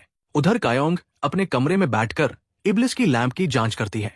वो पाती है कि इब्लिस 983 साल से कैद था, लेकिन लैंप खुद उसकी कैद के 20 साल बाद बनाई गई थी, यानी वो कुछ बहुत बड़ा राज छिपा रहा है। इधर मट सड़क किनारे अपने पिता का इंतजार करता रहता है और बैंक की वो कर्मचारी फंस जाती है। उसका बॉस पकड़ लेता है कि वो कायोंग के अकाउंट को ट्रैक कर रही है, जो रोज अपने आप भर जाता है। वो उसे धमकाता है, अगर अकाउंट को कुछ हुआ तो नौकरी गई समझो। दूसरी ओर जुनू का बेटा चुपके से अपने घर के एक कमरे में बंद जिन्न से मिलने आता है। वो उसे एक सेब देता है। यही जिन्न उसे कोरियो राजवंश की किताब देता है ताकि वो कोरिया और अरब साम्राज्य के रहस्यों को उजागर कर सके। अंत में कायोंग मिस्टर रियो के पास पहुंचती है। वो दृढ़ आवाज में कहती है, मुझे अपने पिछले जन्म की सच्चाई जाननी है। मिस्टर रियो उसे रेगिस्तान में एक पुरानी जगह पर ले जाते हैं, वही जगह जहां 1000 साल पहले उसकी मौत हुई थी। उस वक्त कोरियो राजवंश के दौरान बच्चों को गुलाम बनाकर अरब साम्राज्य में बेचा जाता था। कायोंग और उसका अपंग भाई भी उन्हीं में से थे। 16 व्यापारी उन्हें बांधकर रेगिस्तान पार कर रहे थे जब जंगली कुत्तों ने हमला किया। बचने के लिए व्यापारियों ने उसके भाई को कुत्तों के आगे फेंक दिया। कायोंग चीखती हुई एक पुराना लैंप ढूंढ लेती है और उसमें से निकलता है इब्लिस। वो 3 इच्छाएं मांगने का प्रस्ताव रखता है। कायोंग की पहली इच्छा होती है, मेरा भाई जिंदा रहे और लंबी उम्र पाए। इब्लिस उसे पूरा करता है, लेकिन बचाने के लिए वो कुत्तों और व्यापारियों दोनों को मार डालता है। कायोंग की दूसरी इच्छा होती है, अब कभी कोई कोरियो बच्चा अरब में गुलाम बनकर न जाए। इब्लिस उसे भी पूरा करता है, मगर गुलामी के रास्तों को भूकंप और सुनामी से मिटा देता है, जिसमें सैकड़ों निर्दोष लोग मारे जाते हैं। जब मौत की फरिश्ता वहां आती है, वो कायोंग को बताती है कि इब्लिस ने उसकी नेक इच्छाओं को त्रासदी में बदल दिया। अब उसकी आत्मा भी पाप से दूषित हो चुकी है। कायोंग समझ जाती है, हर विष की एक भयानक कीमत होती है। जब वही जंगली कुत्ते फिर उस पर झपटते हैं, वो आखिरी इच्छा मांगती है, मुझे और इब्लिस दोनों को हमारे पापों की बराबर सजा मिले। कुत्ते उसे नोच डालते हैं। इब्लिस उसके निर्जीव शरीर के पास बैठा रहता है, चेहरे पर न गुस्सा न अहंकार, बस पछतावा और दर्द। वर्तमान में लौटकर कायोंग को सब याद आने लगता है और लैंप के भीतर रेत घड़ी फिर से चल पड़ती है। वो रेत असल में उसकी राख थी। इब्लिस अपने सीने को पकड़ लेता है, क्योंकि अब एक बार फिर उनकी तकदीरें एक दूसरे से जुड़ चुकी है। कायोंग इब्लिस को रोते हुए देखकर मिस्टर रियो का सामना करती है। गुस्से में वो पूछती है, जब जंगली कुत्ते मुझे और मेरे भाई को फाड़ रहे थे, तब तुम कहाँ थे? आखिर तुम तो खुद भगवान के दूत थे, हमें बचा सकते थे ना? मिस्टर रियो चुपचाप जवाब देते हैं, उस वक्त मैं बस दुआ कर रहा था। ये सुनकर कायोंग का गुस्सा फूट पड़ता है। वो उसे मुक्का मार देती है और कहती है, कम से कम शैतान ने तो कोशिश तो की थी मेरी मदद करने की, एक फरिश्ते से ज्यादा। इधर साद इब्लिस को फिर से उसके चिराग में वापस डाल देता है। वहां इब्लिस ध्यान देता है कि रेत घड़ी के अंदर की रेत फिर से चलने लगी है। साद उसे चेतावनी देता है, इसका मतलब है तेरे बदले का वक्त खत्म होने वाला है, और जो बीमारी तुझे इन दिनों लगी है वो तेरे पतन की निशानी हो सकती है। उधर इरेम को भी मिस्टर रियो से पता चलता है कि इब्लिस की हालत बिगड़ रही है। उसे एहसास होता है कि अब कुछ बड़ा होने वाला है। रियो को सुकून है कि उसने कायोंग को वो सच्चाई नहीं बताई जो 20 साल पहले इब्लिस के हमले और उसकी कैद के बीच हुई थी। लेकिन कायोंग को पहले से शक है कि वो कुछ छिपा रहा है। वो खुद रिसर्च करने लगती है, उन 20 सालों में असल में क्या हुआ था। इसी दौरान इब्लिस अचानक उसके सामने प्रकट होता है, बेहद स्टाइलिश कपड़ों में, उसे इम्प्रेस करने के इरादे से। असल में उसका गुप्त मकसद है कायोंग को अपने प्यार में गिराना, ताकि वो अपनी आखिरी विश उससे साथ रहने की मांग में खर्च करे और उसकी निस्वार्थता की परीक्षा फेल हो जाए। लेकिन बात वैसी नहीं होती। कायोंग अचानक पूछ लेती है, जब मैं मरी थी तब तेरे चेहरे पर जो दर्द था वो क्यों था? और क्या तूने कभी किसी दूसरी जिन्न से मोहब्बत की है या उसे चूमा है? ये सुनते ही इब्लिस झेम जाता है, कुछ कह नहीं पाता और गायब हो जाता है। वो तुरंत इरेम को आदेश देता है, दुनिया के बाकी जिन्नों को ढूंढो, जो अब भी जिंदा है। उधर मिस कांग की जिंदगी में नई मुसीबतें आ जाती है। उसके घर की परेशानी की वजह से उसे शाखा प्रबंधक, ब्रांच मैनेजर की पोस्ट से हटा दिया जाता है। अब उसकी दोनों विश बेकार हो चुकी है। गुस्से में वो दुकान तोड़ देती है और चिल्लाती है, अब मैं अपनी आत्मा भी शैतान को बेचने को तैयार हूँ। इधर मट की तीनों विश भी बेमानी साबित होती है। वो अब भी सड़कों पर भटक रहा है, अपने पिता का इंतजार करता हुआ। उसका ड्राइवर उसे एक पेट क्लिनिक ले जाता है, वही जगह जिसे मट ने खुद कभी दिखाया था। वहां मट का बर्ताव बिल्कुल किसी कुत्ते जैसा होता है, जिससे ड्राइवर को यकीन हो जाता है कि शायद उसे अपने पिछले जन्म में जानवर की तरह ट्रीट किया गया था। दूसरी ओर एक उदास यूट्यूबर शराब पीते हुए शिकायत करता है, मेरे किसी वीडियो को कभी व्यूज ही नहीं मिलते क्योंकि मेरा गाँव बहुत बोरिंग है। तभी उसके फोन पर एक अजीब नोटिफिकेशन आता है, जीनी नाम से भेजा हुआ खुद इब्लिस ने। वो मजाक समझकर बोलता है, काश मेरे गांव में कुछ रोमांचक हो जाए ताकि मेरा वीडियो आखिरकार वायरल हो सके। इब्लिस उसकी विश तुरंत पूरी कर देता है और उसे एक अंधेरे जंगल में पहुंचा देता है। वो लाइव स्ट्रीम करता हुआ लड़खड़ाते कदमों से चलता है और अचानक किसी चीज से ठोकर खाता है। वो देखता है वो कोई चीज नहीं बल्कि इंसान की लाश है। उसका लाइव तुरंत वायरल हो जाता है।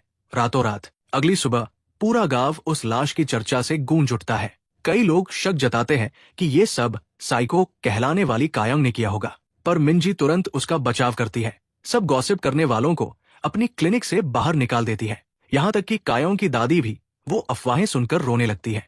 पर जब कायंग घर लौटती है, दादी उसका हाथ पकड़कर कहती है, मुझे पता है मेरी पोती कभी किसी को नुकसान नहीं पहुंचा सकती। थोड़ी देर बाद कायंग की मुलाकात बैंक वाली औरत से होती है। वो कहती है कि कायंग को बैंक आकर ये कबूल करना होगा कि वो ही उसके अकाउंट में पैसे ट्रांसफर कर रही थी, वरना वो अपने जिन से विश मांगेगी कि वो कायंग को मार दे। कायंग शांत आवाज में जवाब देती है, जा मांग ले विश, क्योंकि मेरे पास भी जिन्न है। अगर तू मेरी मौत मांगेगी तो मैं भी तेरी वही विश मांगूंगी ताकि हम दोनों खत्म हो जाए। उस शाम कायंग थोड़ी उदास लगती है। इब्लिस उसे खुश करने के लिए गांव की सबसे ऊंची इमारत पर ले जाता है। वहां दोनों मजाक मजाक में एक नकली किस सीन सेट करते हैं, कौन कैसे बैठेगा कैसे झुकेगा। लेकिन अचानक कायंग उसे धक्का देकर नीचे गिरा देती है और हंसते हुए कहती है, अब मूड ठीक है मेरा। घर लौटने पर मिंजी अचानक आ जाती है और हैरान रह जाती है ये देखकर कि वहां दादी के साथ साथ इब्लिस, साद और इरेम भी मौजूद है। दादी घबराकर झूठ बोलती है, ये मेरी भतीजी की बहन है, दुबई से आई है। मिंजी को भरोसा नहीं होता, पर कायंग मुस्कुराकर कहती है, टाइम आने पर सब बता दूंगी, फिलहाल डरने की कोई वजह नहीं है। इसी बीच मिस्टर संग को इब्लिस का चिराग मिल जाता है। वो अपनी दूसरी विश मांगता है, मुझे 20 साल पहले की उस तारीख पर ले चलो। इब्लिस उसे वहां ले जाता है, लेकिन संग ने गलती से दिन का वक्त कहा होता है, इसलिए वो उस दिन की सुबह पहुंचता है। वहां वो देखता है छोटी कायंग पास ही खड़ी है। इब्लिस को गुस्सा आता है कि संग का मकसद उसे नुकसान पहुंचाना था। वो उस पर हमला करता है, पर अपने मालिक की आज्ञा से बंधा होने के कारण रुक जाता है और उसे उसी रात ले जाता है। वही पता चलता है कि मिस्टर संग एक सीरियल किलर है जो सालों से उन लड़कियों को मारता आया है जिन्हें वो समाज के लायक नहीं समझता था। और 20 साल पहले की उसी रात किसी ने उसके एक मर्डर को अपनी आंखों से देखा था। वो गवाह कोई और नहीं, उसकी अपनी माँ थी, जिसने पुलिस से सच्चाई छिपाई थी। बाद में इब्लिस ये सब कायंग को बताता है और कहता है, इसे अपनी डायरी में लिख लेना। कायंग उसकी तारीफ करती है, अच्छा काम किया तूने। वो कसम खाती है कि संग को सजा दिलवाकर रहेगी। इब्लिस मुस्कुराता है, कहता है, तुझे हराना नामुमकिन है। लेकिन जब कायंग याद दिलाती है कि उसकी हार का मतलब उसकी मौत होगा, वो शांत होकर जवाब देती है, मैं मरने से नहीं डरती, मैं जी चुकी हूँ। अब जब मेरी दादी फिर से जवान है, मुझे सुकून है। इब्लिस उसके शब्दों से हिल जाता है। पहली बार उसे एहसास होता है कि वो कायंग की परवाह करने लगा है। उस रात जुनियू का कैद किया हुआ जिन्न शैडी अपनी ताकत से पूरी दुनिया को सुला देता है और चुपके से इब्लिस के हाथों को एक रहस्यमयी धागे से बांध देता है। अगली सुबह साद, इरेम और मिस्टर रियो वो सब देखकर चौंक जाते हैं। इरेम बताती है, मैं जाग रही थी, ये सब शैडी ने किया है। कायंग बिना झिझक इब्लिस का बंधा हाथ काट देती है ताकि जादू टूट जाए। सब दंग रह जाते हैं, खासकर मिस्टर रियो जो डरकर भाग जाता है।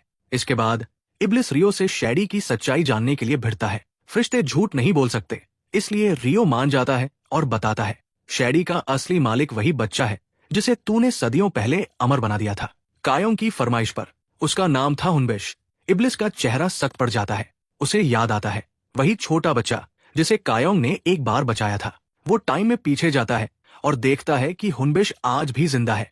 जूनियो के बेटे के रूप में। सदियां बीत चुकी है, पर हुनबिश की उम्र जरा भी नहीं बढ़ी और इब्लिस अब भी नहीं जानता कि वही अमर लड़का उसी गांव में उसके बिल्कुल पास रह रहा है। शुरुआत होती है शैडी के घर लौटने से, जहां हुनबिश उससे पूछताछ करता है, कल रात के बाद तू कहाँ गया था?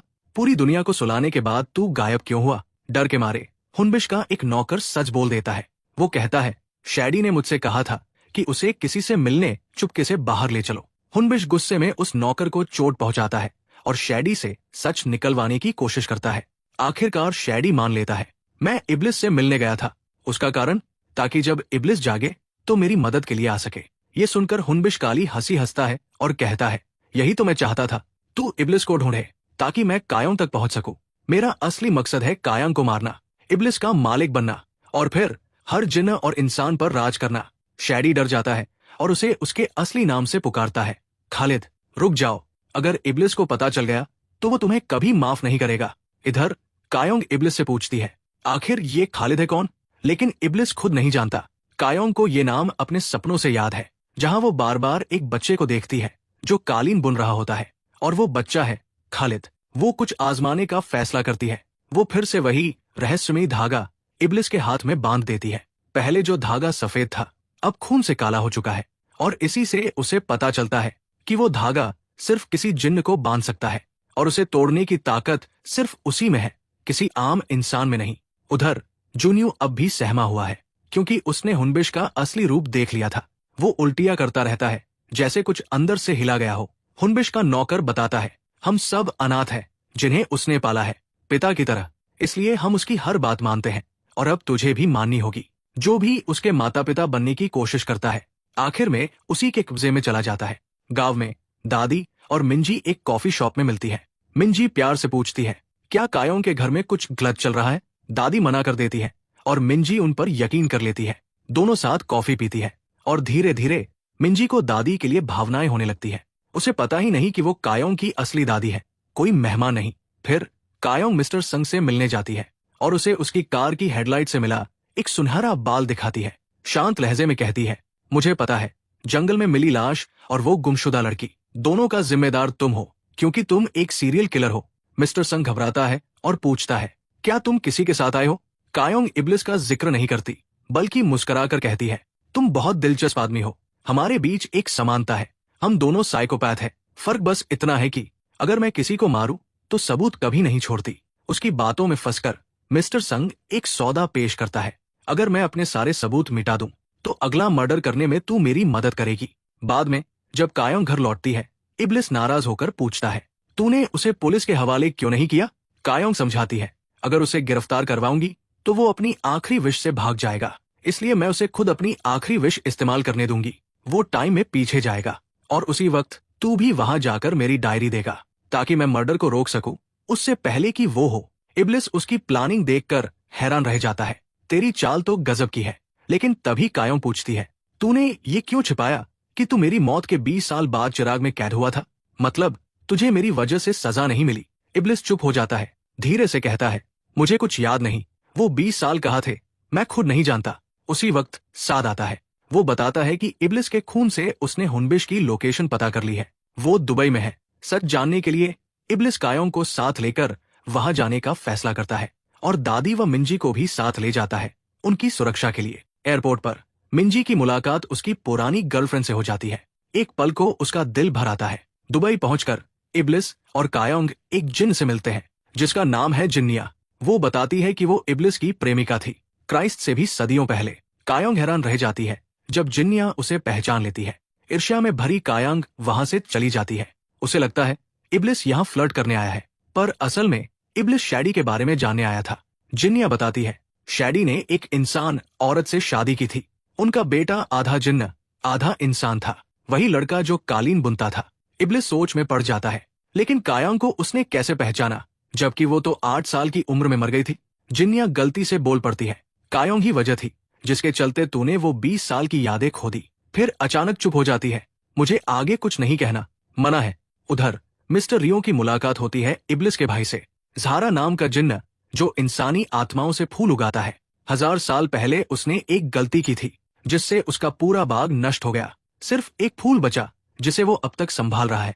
जब उसे पता चलता है कि इब्लिस लौट आया है, वो खुश हो जाता है, लेकिन मिस्टर रियो उसे चेतावनी देता है, अगर तूने इब्लिस को उन खोए हुए 20 सालों के बारे में कुछ बताया तो तेरा अंत बहुत दर्दनाक होगा।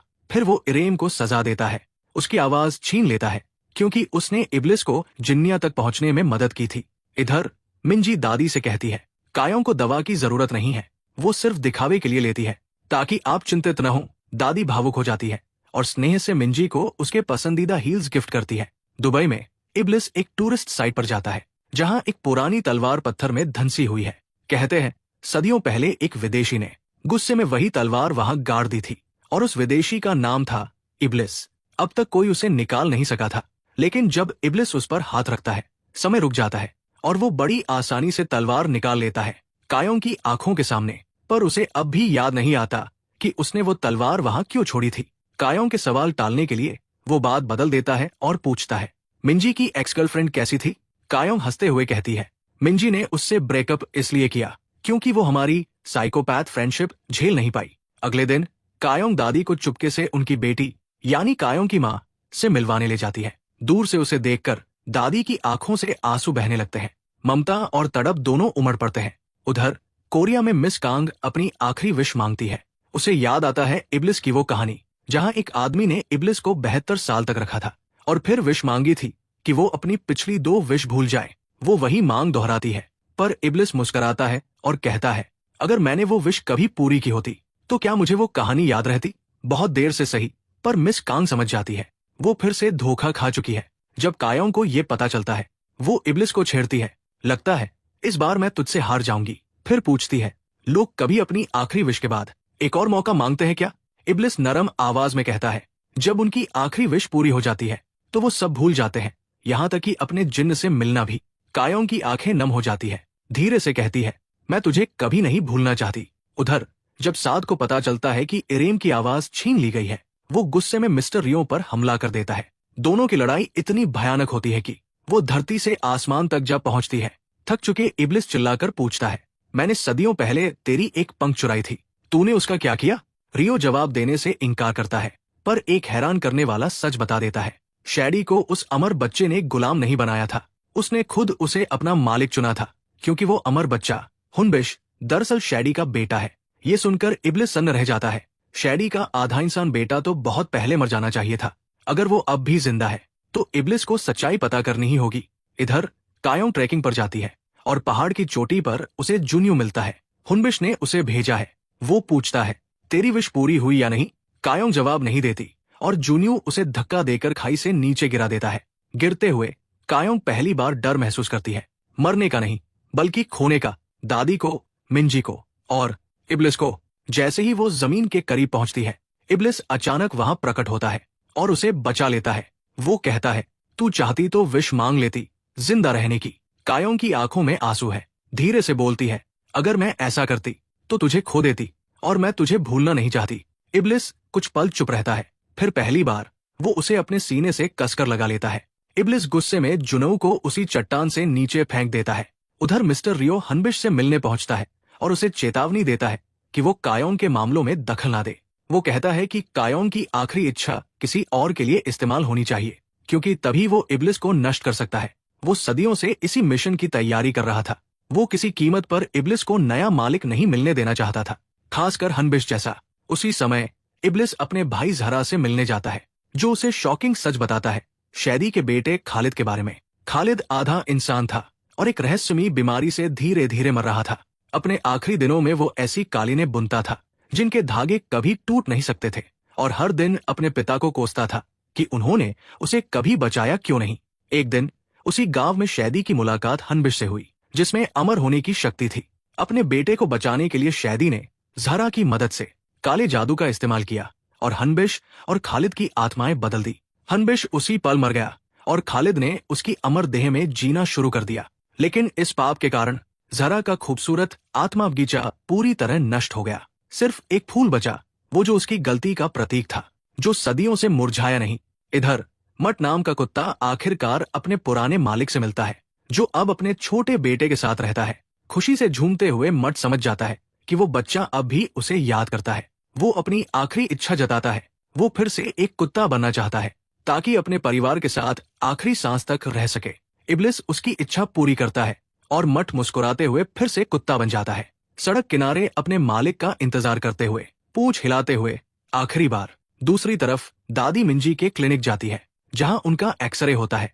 फिर जब वो फूड बैंक में होती है, मिस्टर रियो वहां आता है और उन्हें कड़वा सच बताता है। भले ही इब्लिस ने अपने जादू से उन्हें जवान बना दिया हो, लेकिन उनकी जिंदगी के दिन वही है जो पहले थे। उनकी जवानी सिर्फ एक भ्रम थी। जिस दिन उनके घर के बाहर वाले पेड़ पर फिर से फूल खिलेंगे, वो दिन उनका आखिरी दिन होगा। दादी की आंखें भर आती है, लेकिन वो शांत होकर अपनी नियति स्वीकार कर लेती है। उधर कायोंग बैंक से सारा पैसा निकालती है और कहती है कि उसे सब नकद चाहिए। वो बैंक कर्मचारी, जो अब कुछ नहीं पा सकेगी, गुस्से में फट पड़ती है। घर लौटकर कायोंग सीसीटीवी देखने लगती है, लेकिन तभी खालिद और उसके आदमी पहुंच जाते हैं। वो पूछते हैं कि दिया कहाँ है, क्योंकि वो कायोंग की आखिरी इच्छा के बाद उसे पाना चाहते हैं। कायोंग जवाब देने से मना कर देती है, तो वो उस पर हमला करते हैं, लेकिन साद एक तेंदुए में बदलकर उन सबको मार भगाता है। तभी चीफ पार्क अपनी टीम के साथ पहुंचता है और कायोंग बताती है कि तेंदुआ उसका पालतू है। वो चीफ पार्क से कहती है कि उसकी मेहमान यानी दादी का ध्यान रखे। इस बीच इब्लिस गुप्त रूप से शैदी से मिलने जाता है, जो खालिद की कैद में है। वो उसे चेतावनी देता है, अपने बेटे को रोक लो, वरना वो खुद शैदी को नर्क में घसीट ले जाएगा। वो कहता है कि कायोंग को अब आखिरी इच्छा जल्द करनी होगी, ताकि वो चैन से नर्क लौट सके और खालिद का मालिक ना बने। शैदी समझ जाता है कि उसके बेटे की लालच अब हद से बढ़ चुकी है। रात को जब कायोंग दुकान बंद करके घर लौट रही होती है, तो कुछ चोर उसका पीछा करते हैं, क्योंकि उन्होंने देखा था कि उसने बैंक से नकद निकाला है। वो उसे चोट पहुंचाने की कोशिश करते हैं, पर इब्लिस वहां आकर उन्हें नर्क की झलक दिखा देता है। डरे हुए चोर भाग जाते हैं। कायोंग मुस्कुराकर कहती है, अगर तुम मेरी आखिरी इच्छा के बाद कभी वापस धरती पर आए, तो मैं भी तुम्हारे साथ नर्क चलूंगी, क्योंकि वो जगह काफी कूल लगती है। वो हंसकर उसे गले लगाती है, पर इब्लिस कुछ नहीं कहता, बस उसे घर छोड़ आता है। थोड़ी देर बाद मट लौटता है, खून खांसते हुए। वो जानता है कि उसका मालिक उसे बीमारी की वजह से छोड़ गया था, फिर भी वो खुश होकर कहता है, मुझे बस आखिरी बार अपने भाई को देखना है। इब्लिस उसकी इच्छा पूरी करता है। मट फिर से कुत्ता बन जाता है, सड़क के किनारे लेटा हुआ अपनी आखिरी सांस तक। फिर इब्लिस कायोंग को बताता है कि जब भगवान ने उसे बनाया था, तो उसे भी 3 इच्छाएं दी थी। पहली, दूसरों की इच्छाएं पूरी करने की शक्ति। दूसरी, भ्रष्ट आत्माओं को नर्क भेजने की। जब कायोंग पूछती है तीसरी इच्छा क्या थी, तो इब्लिस कहता है उसे याद नहीं, लेकिन ज़हरा ने उसे बताया था। जब कायोंग 8 साल की उम्र में मरी थी, तो इब्लिस ने भगवान से रो रो कर एक ही बात मांगी थी, उसे जिंदा कर दो। भगवान ने उसकी दुआ सुन ली। कायोंग को 20 साल की जिंदगी दी, लेकिन सजा के तौर पर इब्लिस की वो सारी यादें मिटा दी, क्योंकि उसने कोई भयानक पाप किया था। कायोंग उसे उदास देखकर कहती है, चलो तुम्हारी पसंदीदा जगह चलते हैं। वो मुस्कुराता है, चेरी ब्लॉसम फील्ड, वो जगह जहां उसने पहली बार तय किया था कि अब वो कायोंग को कभी नहीं मारेगा। वो जगह जहां दोनों दुश्मन नहीं, साथी बन गए थे। उधर मिस्टर रियो इरेम की आवाज लौटा देता है, और मिंजी जब दादी का एक्सरे देखती है, तो चौंक जाती है। वो समझ जाती है कि वो जवान औरत असल में दादी ही थी। रात में कायोंग इब्लिस के दिए के अंदर जाती है, जहां दीवारों पर अजीब अरबी लिखावट होती है। दोनों मिलकर उन्हें पढ़ने की कोशिश करते हैं और समझते हैं कि ये इब्लिस नहीं लिखी थी अपने खोए हुए 20 सालों में मिस्टर रियो के पंख से। लेकिन सच अभी अधूरा था। वो साद, इरेम और रियो को बुलाते हैं, पर कोई कुछ नहीं बोलता, यहाँ तक कि इरेम अपनी इंद्रियां काट देती है, ताकि कोई उसे सच बताने पर मजबूर न कर सके। तभी इब्लिस को मिस्टर सैंग का संदेश मिलता है। वो अपनी आखिरी इच्छा पूरी करने के लिए तैयार है। कायोंग उसे अपनी डायरी देती है और कहती है कि वो ब्लॉन्ड लड़की के गुम होने वाले दिन में लौट जाए। इब्लिस उसे रोकने की कोशिश करता है, कहता है, तुम्हारा दिल बहुत कमजोर है। पर कायोंग मुस्कुराकर कहती है, अगर मैं मर भी गई, तो तुम सिर्फ मेरे लिए मरना। इब्लिस मिस्टर सैंग के साथ अतीत में लौटता है। वहां पुरानी कायोंग को ढूंढकर उसे वो डायरी देता है, जिसमें आने वाले सारे घटनाक्रम लिखे हैं। कायोंग सब समझ जाती है और सुनहरी बालों वाली लड़की को बचाने के लिए दौड़ पड़ती है। इब्लिस उसे हवा में उठाकर वहां ले जाता है। वो सही वक्त पर पहुंचती है। वो मिस्टर सैंग को हरा देती है और इब्लिस पुलिस को बुला देता है। सीरियल किलर आखिरकार गिरफ्तार हो जाता है। कायोंग उसका शुक्रिया अदा करती है और पूछती है, क्या अब हम दोस्त हैं? इब्लिस बस मुस्कुराता है, क्योंकि अब वो उससे प्यार करने लगा है। यहाँ तक कि जब वो उसके सामने खड़ी होती है, तो भी उसे उसकी कमी महसूस होती है। रात को जब कायोंग सोने का नाटक करती है, इब्लिस धीरे से कहता है, मैं अपने खोए हुए 20 साल जरूर ढूंढूंगा, क्योंकि वो यादें सिर्फ तुम्हारी है। और जब वो दिए की दीवारों पर खुदे शब्द पढ़ता है, सबसे ज्यादा लिखा था एक शब्द हबीब थी, जिसका मतलब होता है सच्चा प्यार। वो मुस्कुराता है, उसकी ओर झुकता है, और दोनों के होंठ मिलते हैं, हमेशा के लिए, एक अमर वादा बनकर। सीन की शुरुआत होती है बैंक की उस कर्मचारी से, जो अब अपनी नौकरी खो चुकी होती है। उधर यूट्यूबर अपनी पत्नी को जिन्न की इच्छाओं के बारे में बताता है। दोनों ये सोचने लगते हैं कि आखिर उन्हें क्या मांगना चाहिए। उसकी पत्नी कहती है, क्यों ना हम मेरे पापा के कैंसर को ठीक करने की इच्छा मांगे। लेकिन यूट्यूबर गुस्से में मना कर देता है, उसे ये सब बेकार की बात लगती है। इसी बीच कहानी में खुलासा होता है खालिद के अतीत का। जब उसकी आत्मा हुनबिश के अमर शरीर में आई थी, तब उसने कालीन बुनने की अपनी कला भी खो दी थी, और जिन्न जैसी कोई शक्ति भी नहीं बची थी। वो अब मर तो नहीं सकता था, लेकिन खुद को बिल्कुल बेकार समझता था, अमर पर शक्तिहीन। यही वजह थी कि वो इब्लिस का दिया पाने के लिए इतना बेचैन था, ताकि उसे असली ताकत मिल सके। दूसरी ओर इब्लिस मिस्टर रयो से मिलता है और पूछता है कि कयोंग के पास जिंदगी के कितने दिन बचे हैं। वो डरा हुआ है, उसे डर है कि कहीं कयोंग की मौत फिर से उसके अंदर वही पुराना गुस्सा न जगा दे, वही गुस्सा जिसने पहले एक पूरे शहर को तबाह कर दिया था। पर मिस्टर रयो कुछ नहीं बताता। इसके बजाय इब्लिस आयरेम को एक गुप्त मिशन सौंपता है। उधर दादी बहुत प्यार से कयोंग और इब्लिस के लिए लंच तैयार करती है। वो चाहती है कि उनके बचे हुए दिन कुछ अच्छे यादों में बदल जाए। लंच के दौरान इब्लिस और कयोंग चिकन लेग पीस के लिए मस्ती में झगड़ते हैं, और दादी मुस्कुराती है। वो साफ देख सकती है कि दोनों के बीच गहरा रिश्ता बन चुका है, एक ऐसा बंधन जो कभी टूट नहीं सकता। बाद में इब्लिस अपना दिया एक चाय की केतली में बदल देता है और कयोंग को देता है। वो कहता है, इसे हमेशा अपने पास रखना, तुम्हारी आखिरी इच्छा सिर्फ तुम्हारे हाथों में रहनी चाहिए, यही हमें खालिद से बचाएगी। उसे डर है कि कहीं खालिद फिर से उसे अपनी जादुई डोरियों में न बांध ले, जिससे वो बेबस हो जाएगा। इब्लिस कहता है, अगर ऐसा हुआ तो अपनी आखिरी इच्छा खुद को बचाने के लिए इस्तेमाल करना। लेकिन कयोंग साफ मना कर देती है। वो कहती है, मैं इसे तुम्हें बचाने के लिए इस्तेमाल करूंगी। दूसरी ओर यूट्यूबर अपनी बढ़ती फॉलोइंग देखकर बहुत खुश होता है, लेकिन उसकी पत्नी अब उसकी स्वार्थी हरकतों से तंग आ चुकी है।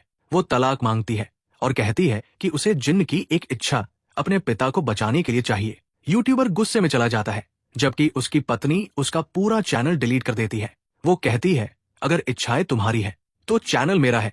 गुस्से में यूट्यूबर इब्लिस को ढूंढता है और दूसरी इच्छा मांगता है, मेरी बीवी सब कुछ भूल जाए, जिन्न और इच्छाओं के बारे में। इब्लिस ठंडे चेहरे से उसकी इच्छा पूरी कर देता है। गांव में मिंजी दादी के पुराने घर जाती है, जहां रिश्तेदार बताते हैं कि जो जवान औरत उसे अक्सर दिखती है, वो दरअसल दादी ही है, जिनकी जादुई शक्ति से युवा बनी हुई। मिंजी का दिल टूट जाता है। उसे एहसास होता है कि उसकी प्रेम कहानी एक बार फिर अधूरी रह जाएगी। इधर दादी कयोंग के लिए अचार और सॉस बनाती रहती है, पर अंदर ही अंदर उन्हें पता है वो शायद ज्यादा दिन नहीं जिएंगी। वो बस चाहती है कि कयोंग उनके बनाए स्वाद को याद रखे। कयोंग फिर कहती है, मैं चाहती हूँ कि हम दोनों साथ में कुछ यादें बनाएं। दादी की मौत से पहले वो एक छोटी सी सियोल ट्रिप प्लान करती है। ये सुनकर इब्लिस को अपना पुराना दोस्त सांगह्योक याद आता है, जिसके साथ वो वीडियो गेम खेला करता था। वो भी सोचता है कि उसे आखिरी बार मिलाए। सियोल में कयोंग दादी को शॉपिंग चलने के लिए कहती है, लेकिन दादी मना कर देती है और उसे फोटो बूथ ले जाती है। वो कहती है, मैं चाहती हूँ कि तुम्हारी यादों में मैं हमेशा खूबसूरत लगूं। कयोंग को उनकी बात कुछ अजीब लगती है, क्योंकि उसे नहीं पता कि दादी को अपने जाने का पूरा एहसास हो चुका है। उसके बाद कयोंग मिंजी से अपनी बुधवार की डिनर मीटिंग के लिए मिलती है, जबकि दादी पूजा की चीजें खरीदने निकलती है। अपने पति की आत्मा के लिए वो आखिरी बार श्राद्ध करना चाहती है। थोड़ी देर बाद कयोंग दुबई जाती है जिन्या से मिलने। प्लेन में उसे खालिद के आदमी पीछा करते दिखते हैं। वो उसे पकड़ भी लेते हैं, लेकिन जिन्या वक्त पर आकर उसे बचा लेती है। बातचीत के दौरान कयोंग पूछती है, क्या इब्लिस ने कभी सच्चा प्यार किया था? जिन्या बताती है, बहुत साल पहले मुत्तालिब नाम का एक इंसान था जिसने कयोंग को मार दिया था। उस गम में इब्लिस ने सोने की बारिश बरसाई और पूरा शहर मिटा दिया। ये सुनकर जिन्या जलन में असली बारिश बुलाने ही वाली थी, लेकिन कयोंग वहां से चली जाती है। इधर आयरेम सादे से कहती है कि कोई हमें सच नहीं बता रहा, कोई बड़ा राज छुपाया जा रहा है। वो कहती है, जब वक्त आए तो हमें अपने मालिक का साथ देना होगा, चाहे कुछ भी हो। उधर यूट्यूबर फिर से गुस्से में आता है और अपनी दूसरी इच्छा का इस्तेमाल करता है। वो चाहता है कि उसकी पत्नी सब कुछ भूल जाए, जिन, इच्छाएं, सब कुछ। इब्लिस उसे ठंडे मन से पूरा करता है, लेकिन उसके चेहरे पर निराशा साफ झलकती है। इसके बाद इब्लिस दुबई पहुंचता है कयोंग से मिलने। जैसे ही वो उसे देखता है, वो बिना कुछ कहे उसे कसकर गले लगा लेता है। कयोंग मुस्कुराते हुए कहती है, शायद ये हक तुम्हें कुछ याद दिला दे। और तभी इब्लिस को एक याद लौट आती है। वो देखता है कि उसके पिछले जन्म में कयोंग कह रही थी, मुत्तालिब मेरा नया मालिक है, आज वो अपनी आखिरी इच्छा मांगने वाला है। उस इच्छा के बाद वो दोनों अरब छोड़कर गोरेओ जाने वाले थे, नई जिंदगी शुरू करने के लिए। लेकिन कुछ ऐसा हुआ जिसने इब्लिस के अंदर का तूफान फोड़ दिया और पूरा शहर राख बन गया। वो अब भी सब याद नहीं कर पाता, पर उस दर्द को भूल नहीं सकता। उस शाम दोनों साथ में डिनर पर जाते हैं, लेकिन जिन्निया जलन में अचानक एक तेज बारिश करवा देती है और उनका डेट बिगाड़ देती है। दोनों हंसते हुए किसी शेल्टर में छिपते हैं। इब्लिस उसे सूखे कपड़े देता है और हैरान रह जाता है। कयोंग बिल्कुल अपने पिछले जन्म वाली शक्ल में लग रही थी। दोनों डिनर करते हैं, डांस करते हैं और कयोंग आखिरकार कबूल करती है, मैं तुमसे उसी रात प्यार करने लगी थी जिस रात तुम मेरे होटल रूम में लौटे थे। वही गांव में दादी की दोस्त को शक होता है कि कुछ तो अजीब है। वो देखती है कि दादी वही खाना बना रही है जो वो पहले बनाया करती थी और उनके हाथ पर वही तिल भी है। सच का एहसास होते ही वो डर कर भाग जाती है। उसे लगता है कि ये कोई काला जादू है। दादी उसके पीछे भागती है, कहती है कृपया किसी को मत बताना। उसी वक्त खालिद के लोग जो दादी के घर पर नजर रखे हुए थे सारी सच्चाई जान लेते हैं और प्लान बनाते हैं कि दादी को अगवा कर लिया जाए ताकि कयोंग मजबूर होकर अपनी आखिरी इच्छा इस्तेमाल करे। और ठीक उसी पल इब्लिस को एक और विजन आता है। वो देखता है कि उसके सामने खुद खालिद खड़ा है और दूसरी तरफ बैठा है 1000 साल पुराना उसका ही रूप, उसी अग्नि जैसी आंखों के साथ। इब्लिस को अब तक लैंप में कैद नहीं किया गया था। कायों की मौत को 20 साल बीत चुके थे और इब्लिस अब अरब में आजादी से रह रहा था। उसे इस बात का सुकून था कि उसे अपने किए की कोई सजा नहीं मिली। वो मान चुका था कि 8 साल की उम्र में कयोंग ने जो मरते वक्त श्राप दिया था वो बस एक झूठ था। एक दिन जब वो बाजार की गलियों में घूम रहा था, अचानक उसे एक जानी पहचानी खुशबू महसूस हुई, कयोंग की। हैरान होकर वो उस खुशबू के पीछे जाता है और देखता है कयोंग जिंदा है। अब वो बड़ी हो चुकी है, लेकिन उसके चेहरे पर जंगली कुत्तों के काटने के निशान हैं। इब्लिस हैरान होकर पूछता है कि वो कैसे बची, मगर कयोंग को अपने अतीत की कोई याद नहीं होती। वो अब एक गरीब जिंदगी जी रही थी, खजूर बेचकर गुजारा करती थी। दया से भरकर इब्लिस उसे कुछ सोने के सिक्के देता है खजूर के बदले में। कयोंग शुक्रिया कहकर सिक्के रख लेती है। उसे ये नहीं पता होता कि सामने वाला कौन है। उस पल के बाद इब्लिस छिपकर उसकी देखभाल करने लगता है। कयोंग की जिंदगी मुश्किलों से भरी थी, फिर भी वो नेक दिल थी। वो हमेशा दूसरों की मदद करती, बिना किसी लालच के। उसकी मासूमियत देखकर इब्लिस पहली बार उसके सामने आता है। वो बताता है कि वो एक जिन्न है जिसे और कोई नहीं देख सकता, सिर्फ वो। कयोंग मुस्कुराती है और कहती है शायद तुम खास हो, इसलिए सिर्फ मैं ही तुम्हें देख सकती हूँ। अगले दिन कयोंग ऊंट खरीदने जाती है ताकि अपने वतन गोरियो लौट सके, लेकिन ऊंट बेचने वाला उसे धोखा देता है, उसका सोना लूट लेता है और उसे बेरमी से पीटता है। ये देखकर इब्लिस का गुस्सा फूट पड़ता है। वो उस आदमी के सीने में हाथ डालता है और उसका दिल निकालकर बाहर फेंक देता है ताकि सोने के सिक्के वापस मिल सके। बाजार में लोग डरकर चिल्लाने लगते हैं, सब उसे शैतान कहने लगते हैं। कयोंग भी डरी हुई वहां से भाग जाती है। कुछ समय बाद इब्लिस फिर उससे मिलने आता है। वो माफी मांगता है और कहता है कि वो खुद उसे गोरियों तक छोड़ आएगा। थोड़ी झिझक के बाद कयोंग राजी हो जाती है। इब्लिस पूछता है क्या तुम्हें उन लोगों से नफरत नहीं जिन्होंने तुम्हें दर्द दिया? कयोंग धीरे से मुस्कुराती है और कहती है जब मैं अपने जख्म देखती हूँ तो बस शुक्रगुजार होती हूँ कि जिंदा हूँ।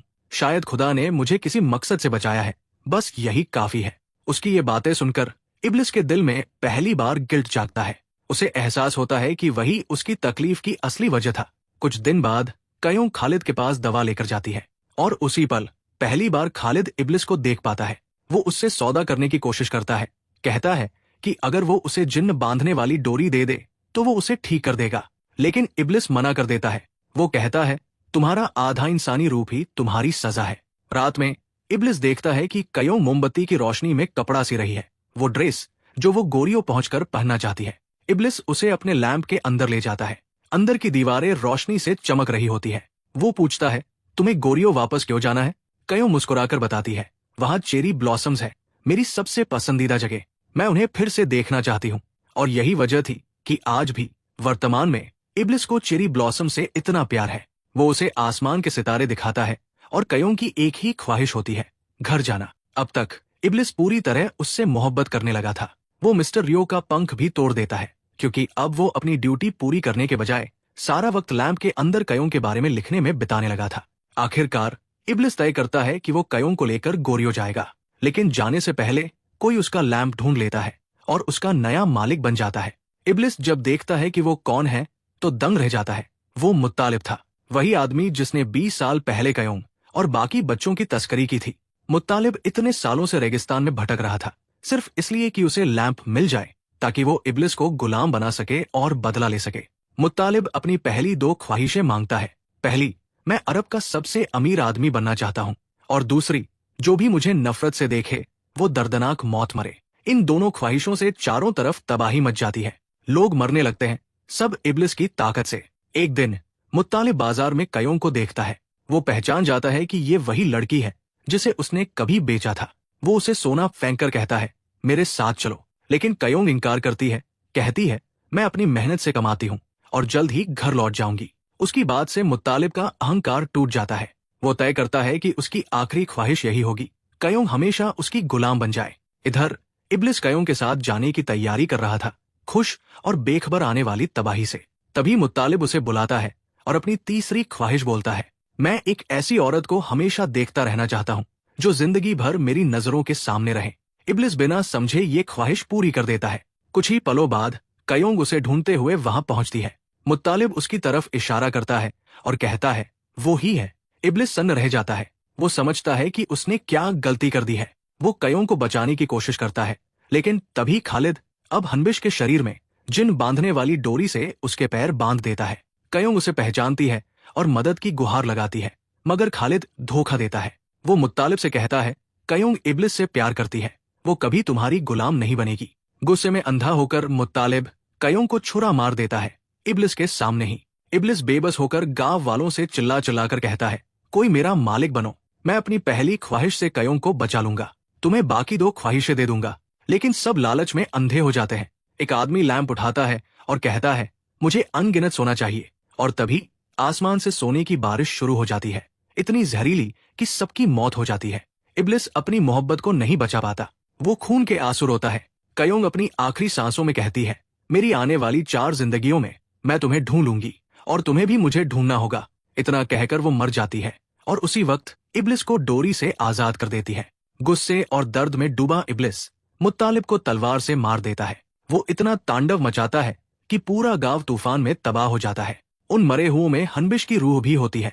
वो इब्लिस का शुक्रिया अदा करता है कि उसने उसका बदला लिया और कहता है, अगली जिंदगी में कयोंग की हिफाजत करना। कयोंग की आखिरी ख्वाहिश कि इब्लिस मोहब्बत और दर्द दोनों महसूस करे पूरी हो चुकी थी, क्योंकि अब उसकी सबसे बड़ी सजा थी हमेशा का अकेलापन और गम। टूटा हुआ इब्लिस कयोंग के शरीर को गोद में उठाकर रेगिस्तान में चला जाता है। वो खुदा से दुआ करता है कि उसे सजा मिले, उसे हमेशा के लिए लैंप में कैद कर दिया जाए ताकि उसकी रूह कयोंग की रूह से हमेशा जुड़ी रहे। और उसी पल उनकी किस्मतें एक दूसरे से बंध जाती है, सदियों के लिए। वर्तमान में दादी की दोस्त गुस्से में लोगों को कयोंग के घर के बाहर इकट्ठा करती है। सब दादी से जवाब मांगते हैं, लेकिन दादी घर पर नहीं होती, वो मिंजी के साथ बाहर होती है। जब वो लौटती है तो सामने भयानक नजारा देखती है। खालिद के आदमी में से एक उस गुस्से वाली पड़ोसी को कार से कुचल देता है और वही मार डालता है। फिर प्लान के मुताबिक वो खुद पुलिस को फोन करता है और कहता है कि हादसा हो गया। उस घटना के बाद इब्लिस कयोंग के सामने अपने सारे राज खोल देता है। वो कबूल करता है कि उसे सब याद है, वो दर्द, वो श्राप और ये सच्चाई कि उसकी तकलीफों की असली वजह वही था। वो कहता है, मैं ही तुम्हारा सबसे बड़ा गुनहगार हूँ। लेकिन कयोंग हमेशा की तरह शांत और दयालु मुस्कुराकर कहती है, अब खुद को दोष मत दो, वो हमारा अतीत था, अब हमें अपने वर्तमान पर ध्यान देना है और अपने भविष्य की रक्षा करनी है। उधर उस यूट्यूबर की पत्नी जिसने अपनी सारी ख्वाहिशें भुला दी थी, अब अपने चैनल का पासवर्ड भी याद नहीं रख पाती। पासवर्ड था 1 विश इज माइन। वो पूरा दिन लगाती है, शादी की तारीख, अपने पति का जन्मदिन, सब ट्राई करती है, लेकिन कुछ काम नहीं करता। इसी कोशिश के दौरान उसका पति एक बात समझता है, वो पासवर्ड उनके रिश्ते से जुड़ा था। उससे पता चलता है कि उसकी पत्नी ने हमेशा सब कुछ उनके प्यार के इर्द गिर्द रखा था। ये देखकर उसका दिल पिघल जाता है और आखिरकार उसे समझ आता है कि उसे अपनी आखिरी ख्वाहिश किस चीज के लिए इस्तेमाल करनी चाहिए। इधर इब्लिस और कयोंग मिंजी की क्लिनिक पहुंचते हैं, जहां दादी छिपी हुई होती है। कयोंग सबको एक सुरक्षित जगह ले जाती है, इब्लिस के लैंप के अंदर। वो कहती है, तुम सब यही रहो, मैं और इब्लिस जाकर खालिद का सामना करेंगे। उसी वक्त एक और जगह पर मट के माँ बाप अपने बेटे की बातें सुन रहे होते हैं। मट कहता है, मेरे कुत्ते ने बताया कि मेरा खिलौना कहाँ है। पहले वो लोग हंसते हैं, लेकिन धीरे धीरे उस पर यकीन करने लगते हैं। फिर भी वो उसे अपने पास वापस नहीं लेते, उसकी जगह किसी और को अपना बेटा बना लेते हैं। वो उसका पुराना ड्राइवर होता है, जो अब छोड़े गए कुत्तों के लिए एक शेल्टर चलाता है। पहले वो मड के लिए काम करता था, अब अमीर और नेकदिल इंसान बन चुका है। उसे मड की कोई याद नहीं, लेकिन जानवरों से उसका गहरा रिश्ता है, जैसे कोई पुराना नाता अब भी बाकी हो। उधर कयोंग बैंक की एक महिला कर्मचारी के पास जाती है, अपने सारे पैसे लेकर। वो कहती है, मैं ये सब तुम्हें देती हूँ, बदले में अपनी आखिरी ख्वाहिश मुझे बेच दो। महिला हैरान होकर पूछती है, ऐसा क्यों? कयोंग शांति से जवाब देती है, अगर तुमने नहीं बेची तो मैं अपनी ख्वाहिश से तुम्हारी ख्वाहिश रद्द कर दूंगी। महिला समझ जाती है कि उसके पास खोने के लिए कुछ नहीं है। वो मान जाती है और अपनी आखिरी ख्वाहिश कयोंग को सौंप देती है। थोड़ी देर बाद मिस्टर रियो फिर कयोंग के सामने आता है, उसे बहकाने की कोशिश करता है, लेकिन इस बार कयोंग डटकर उसका सामना करती है। वो कहती है, तुम खुदा के नाम के पीछे छिपते हो क्योंकि तुम्हें इब्लिस से जलन है। वो एक जिन्न होकर भी तुमसे ज्यादा नेक दिल है। मिस्टर रियो गुस्से में कहता है, मैं ही इब्लिस को खत्म करूंगा, चाहे कुछ भी हो जाए। थोड़ी देर बाद कयोंग और इब्लिस फिर मिलते हैं। इब्लिस कहता है, हमारा पुराना शर्त खत्म हो गया है। इंसान न पूरी तरह बुरा साबित हुआ, न पूरी तरह अच्छा। मठ, बैंक की महिला और वो यूट्यूबर, सबने अपनी आखिरी ख्वाहिश दूसरों के लिए इस्तेमाल की। यहाँ तक कि वो यूट्यूबर गलती से अपनी ससुर के कैंसर के ठीक होने की दुआ मांग लेता है और वो सच में ठीक हो जाते हैं। ये सुनकर इब्लिस पहली बार मुस्कुराता है। वो कहता है, अब मैं खालिद का सामना करने के लिए तैयार हूँ। फिर वो कयोंग से पूछता है, अगर मैं मुश्किल में पड़ गया तो क्या तुम मुझे बचाने आओगी? कयोंग कुछ नहीं कहती, बस उसे गले लगा लेती है। उधर खालिद एक नकली शादी का नाटक रचाता है और कयोंग से कहता है कि वो एक ऐसी गीत गाए जो लोगों को सुला दे, लेकिन खुद को बचाने के लिए खालिद अपने कान जख्मी कर लेता है ताकि संगीत न सुन पाए। इसी दौरान इब्लिस वहां पहुंचता है। खालिद अपने जादुई धागों से उसे बांध देता है और उसी वक्त मिस्टर रियो के आदेश पर इरेम चुपके से घर में घुसकर इब्लिस का लैंप चुरा लेती है। फिर खालिद अपने पिता को उन धागों से आजाद करता है, लेकिन अगले ही पल उन्हीं धागों से उसे मार देता है। इब्लिस गुस्से से कांप उठता है। वो कसम खाता है कि अब खालिद को खत्म कर देगा, क्योंकि न उसमें इंसानी अच्छाई है और न जिन की ईमानदारी। कुछ देर बाद खालिद कयोंग को पकड़ लेता है। वो लैंप का पता पूछता है, कयोंग मना कर देती है। खालिद धमकी देता है, नहीं बताई तो मार दूंगा। कयोंग मुस्कुराकर कहती है, तुम मुझे कभी नहीं पकड़ पाओगे। और तभी वो गायब हो जाती है। अगले ही पल वो इब्लिस के पास प्रकट होती है। दरअसल ये सब कयोंग की चाल थी। जो कोड वर्ड उसने बोला था, उसी से बैंक कर्मचारी की आखिरी ख्वाहिश एक्टिवेट हो गई, जिससे वो सीधा इब्लिस के पास पहुंच गई। खालिद सोचता है कि उसने अपनी ख्वाहिश बर्बाद कर दी, लेकिन उसे ये नहीं पता कि उसके पास एक आखिरी ख्वाहिश अब भी बची है। कयोंग उस आखिरी ख्वाहिश से इब्लिस को उसकी जंजीरों से आजाद कर देती है। अब दोनों मिलकर खालिद को खत्म करने निकलते हैं। इब्लिस पवित्र धागे लेकर ज़हरा के पास जाता है, वो श्रापित फूल नष्ट करने के लिए, जिससे खालिद जिंदा है। लेकिन तभी मिस्टर रियो वहां आता है।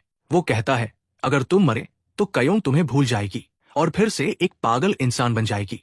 इब्लिस मना कर देता है। कयोंग का दिल साफ है, वो हमेशा दूसरों की मदद करती है और यही वजह है कि खुदा ने हमें दोबारा मिलाया। दोनों के बीच फिर वही जंग शुरू हो जाती है, वैसी ही जैसी हजारों साल पहले हुई थी।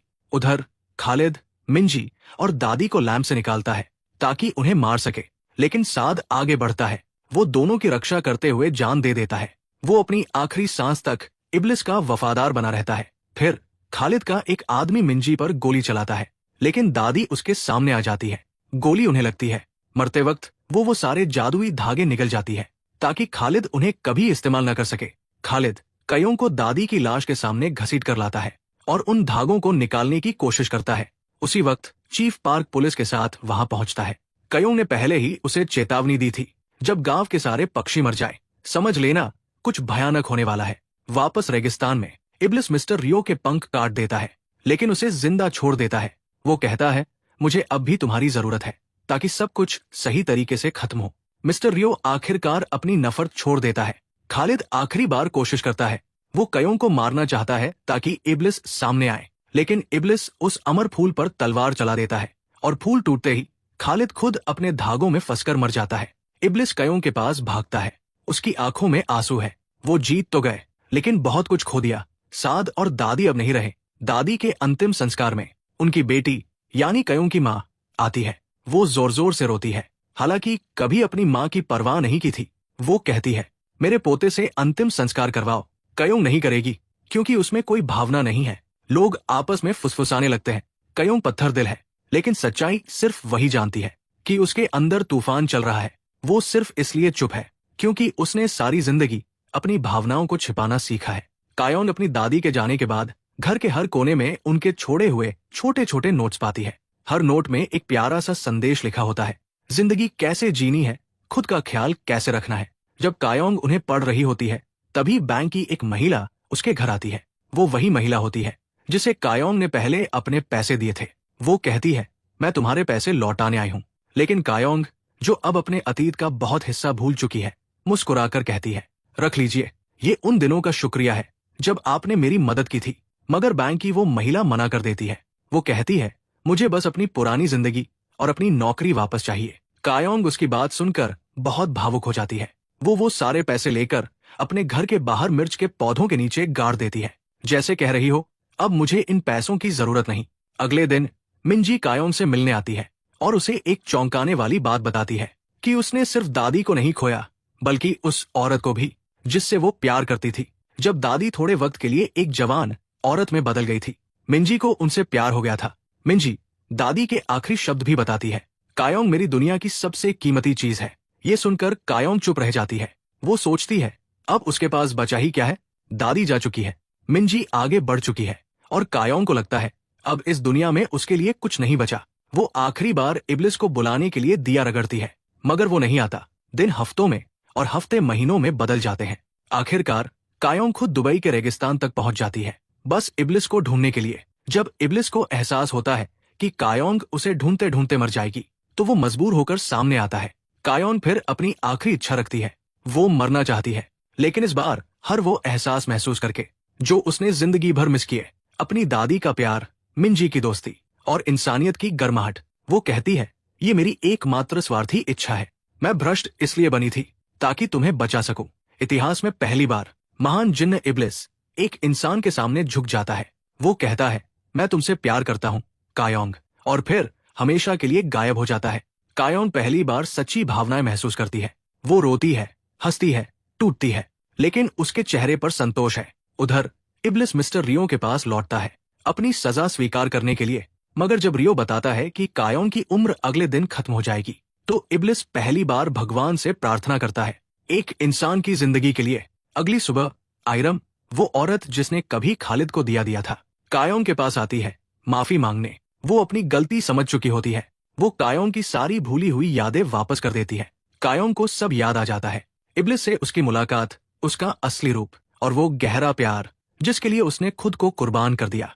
टूटी हुई कायोंग फिर रेगिस्तान लौटती है और वही अपनी आखिरी सांस लेती है। कायोंग की मौत की खबर पूरे गांव में फैल जाती है। लोग सच्चे दिल से शोक मनाते हैं। अब उन्हें समझ आता है, वो कभी पागल नहीं थी, बस किस्मत ने उसे गलत समझा। उसके अंतिम संस्कार में मिंजी आती है। वो उसकी अस्थियों को छू कर रोती है और तभी उसके पीछे कायोंग खड़ी दिखाई देती है। अब वो एक जिन बन चुकी होती है। वो मुस्कुराकर कहती है, मैं तुम्हारी सेवक हूँ मिंजी, तुम्हारी 3 इच्छाएं पूरी कर सकती हूँ। मिंजी थोड़ा मुस्कुराती है और 3 इच्छाएं मांगती है। पहली, कायोंग हर हफ्ते उसके साथ डिनर करे। दूसरी, हर गरीब बच्चा उसके क्लिनिक में मुफ्त इलाज पा सके। कायोंग दोनों इच्छाएं तुरंत पूरी कर देती है। लेकिन तीसरी इच्छा मिंजी जानबूझकर नहीं मांगती, क्योंकि उसे पता है ऐसा करने से उनकी दोस्ती खत्म हो जाएगी और वो कायोंग को भूल जाएगी। दोनों ऐसे ही साथ रहते हैं जैसे कभी इब्लिस और कायोंग रहते थे। चेरी ब्लॉसम फेस्टिवल के दिन मिंजी कायोंग को सरप्राइज देती है, एक खूबसूरत आतिशबाजी शो। लेकिन वो नजारा देखकर कायोंग को इब्लिस याद आ जाता है और वो फूट फूट कर रो पड़ती है। अगले दिन मिंजी उसे उसी जगह ले जाती है जहां कायोंग की अस्थियां दबी थी और अपनी आखिरी इच्छा मांगती है, कायोंग, चाहे तुम जहां भी हो, जिन्न हो या आत्मा, हमेशा खुश रहो और अपने प्यार से फिर मिलो। कायोंग उसे रोकने की कोशिश करती है, लेकिन इच्छा पूरी हो जाती है। मिंजी सब भूल जाती है और कायोंग गायब हो जाती है। 1 साल बाद चेरी ब्लॉसम के मौसम में कायोंग अपनी दादी की आत्मा को फूलों के बीच मुस्कुराते देखती है। उसी वक्त टीवी पर एक खबर चलती है, 1000 साल पुरानी खूबसूरत औरत की तस्वीर मिली है और वो औरत कोई और नहीं, कायोंग है। कायोंग मुस्कुराती है, फूलों के बीच बैठी सोचती है, काश इब्लिस लौट आए। और तभी इब्लिस उसके सामने आ जाता है और उसे चूम लेता है। कायोंग की आंखों से आंसू बहते हैं। वो पूछती है, तुम लौटे कैसे? क्या ये मिंजी की इच्छा थी? इब्लिस हंसकर कहता है, मुझे भी नहीं पता, लेकिन सच्चाई ये होती है, दादी ने स्वर्ग जाने से इनकार कर दिया था जब तक भगवान कायोंग को खुश न कर दे, और उसी वजह से इब्लिस का दिया फिर से कोरिया भेजा गया। कायोंग मुस्कुराकर कहती है, अब तो मैं खुद मशहूर जिन बन गई हूँ। वो मजाक में इब्लिस को डराती है और दोनों हंसते हुए अपने घर यानी दिए में लौट जाते हैं। वो पुराने पैसे निकालती है और कहती है, ये लो, अपने बाल कटवा लो। इब्लिस हंसते हुए कहता है, नहीं, मुझे लंबे बाल चाहिए। सादे को वापस लाने के लिए दोनों अब पति पत्नी की तरह दिए के अंदर साथ रहते हैं। जब सादे जिंदा होता है, वो सबसे पहले भागकर मिस्टर रियो को काट लेता है, क्योंकि उसी ने उसे आयरम से अलग किया था। बाद में इब्लिस मिस्टर रियो से मिलने जाता है, जहां रियो बताता है, तुम्हें वापस लाने वाली तुम्हारी दादी की दुआएं थी। कहानी के आखिरी पल में इब्लिस और कायोंग दुबई के रेगिस्तान में नाच रहे होते हैं। ऊपर से दादी मुस्कुराती हुई उन्हें आशीर्वाद देती है कि वो हमेशा खुश रहें। और इसी के साथ ये जादुई भावनात्मक कहानी एक खूबसूरत अंत तक पहुंचती है। अगर आपको ये कहानी पसंद आई हो तो चैनल को सब्सक्राइब करना न भूलिए। धन्यवाद।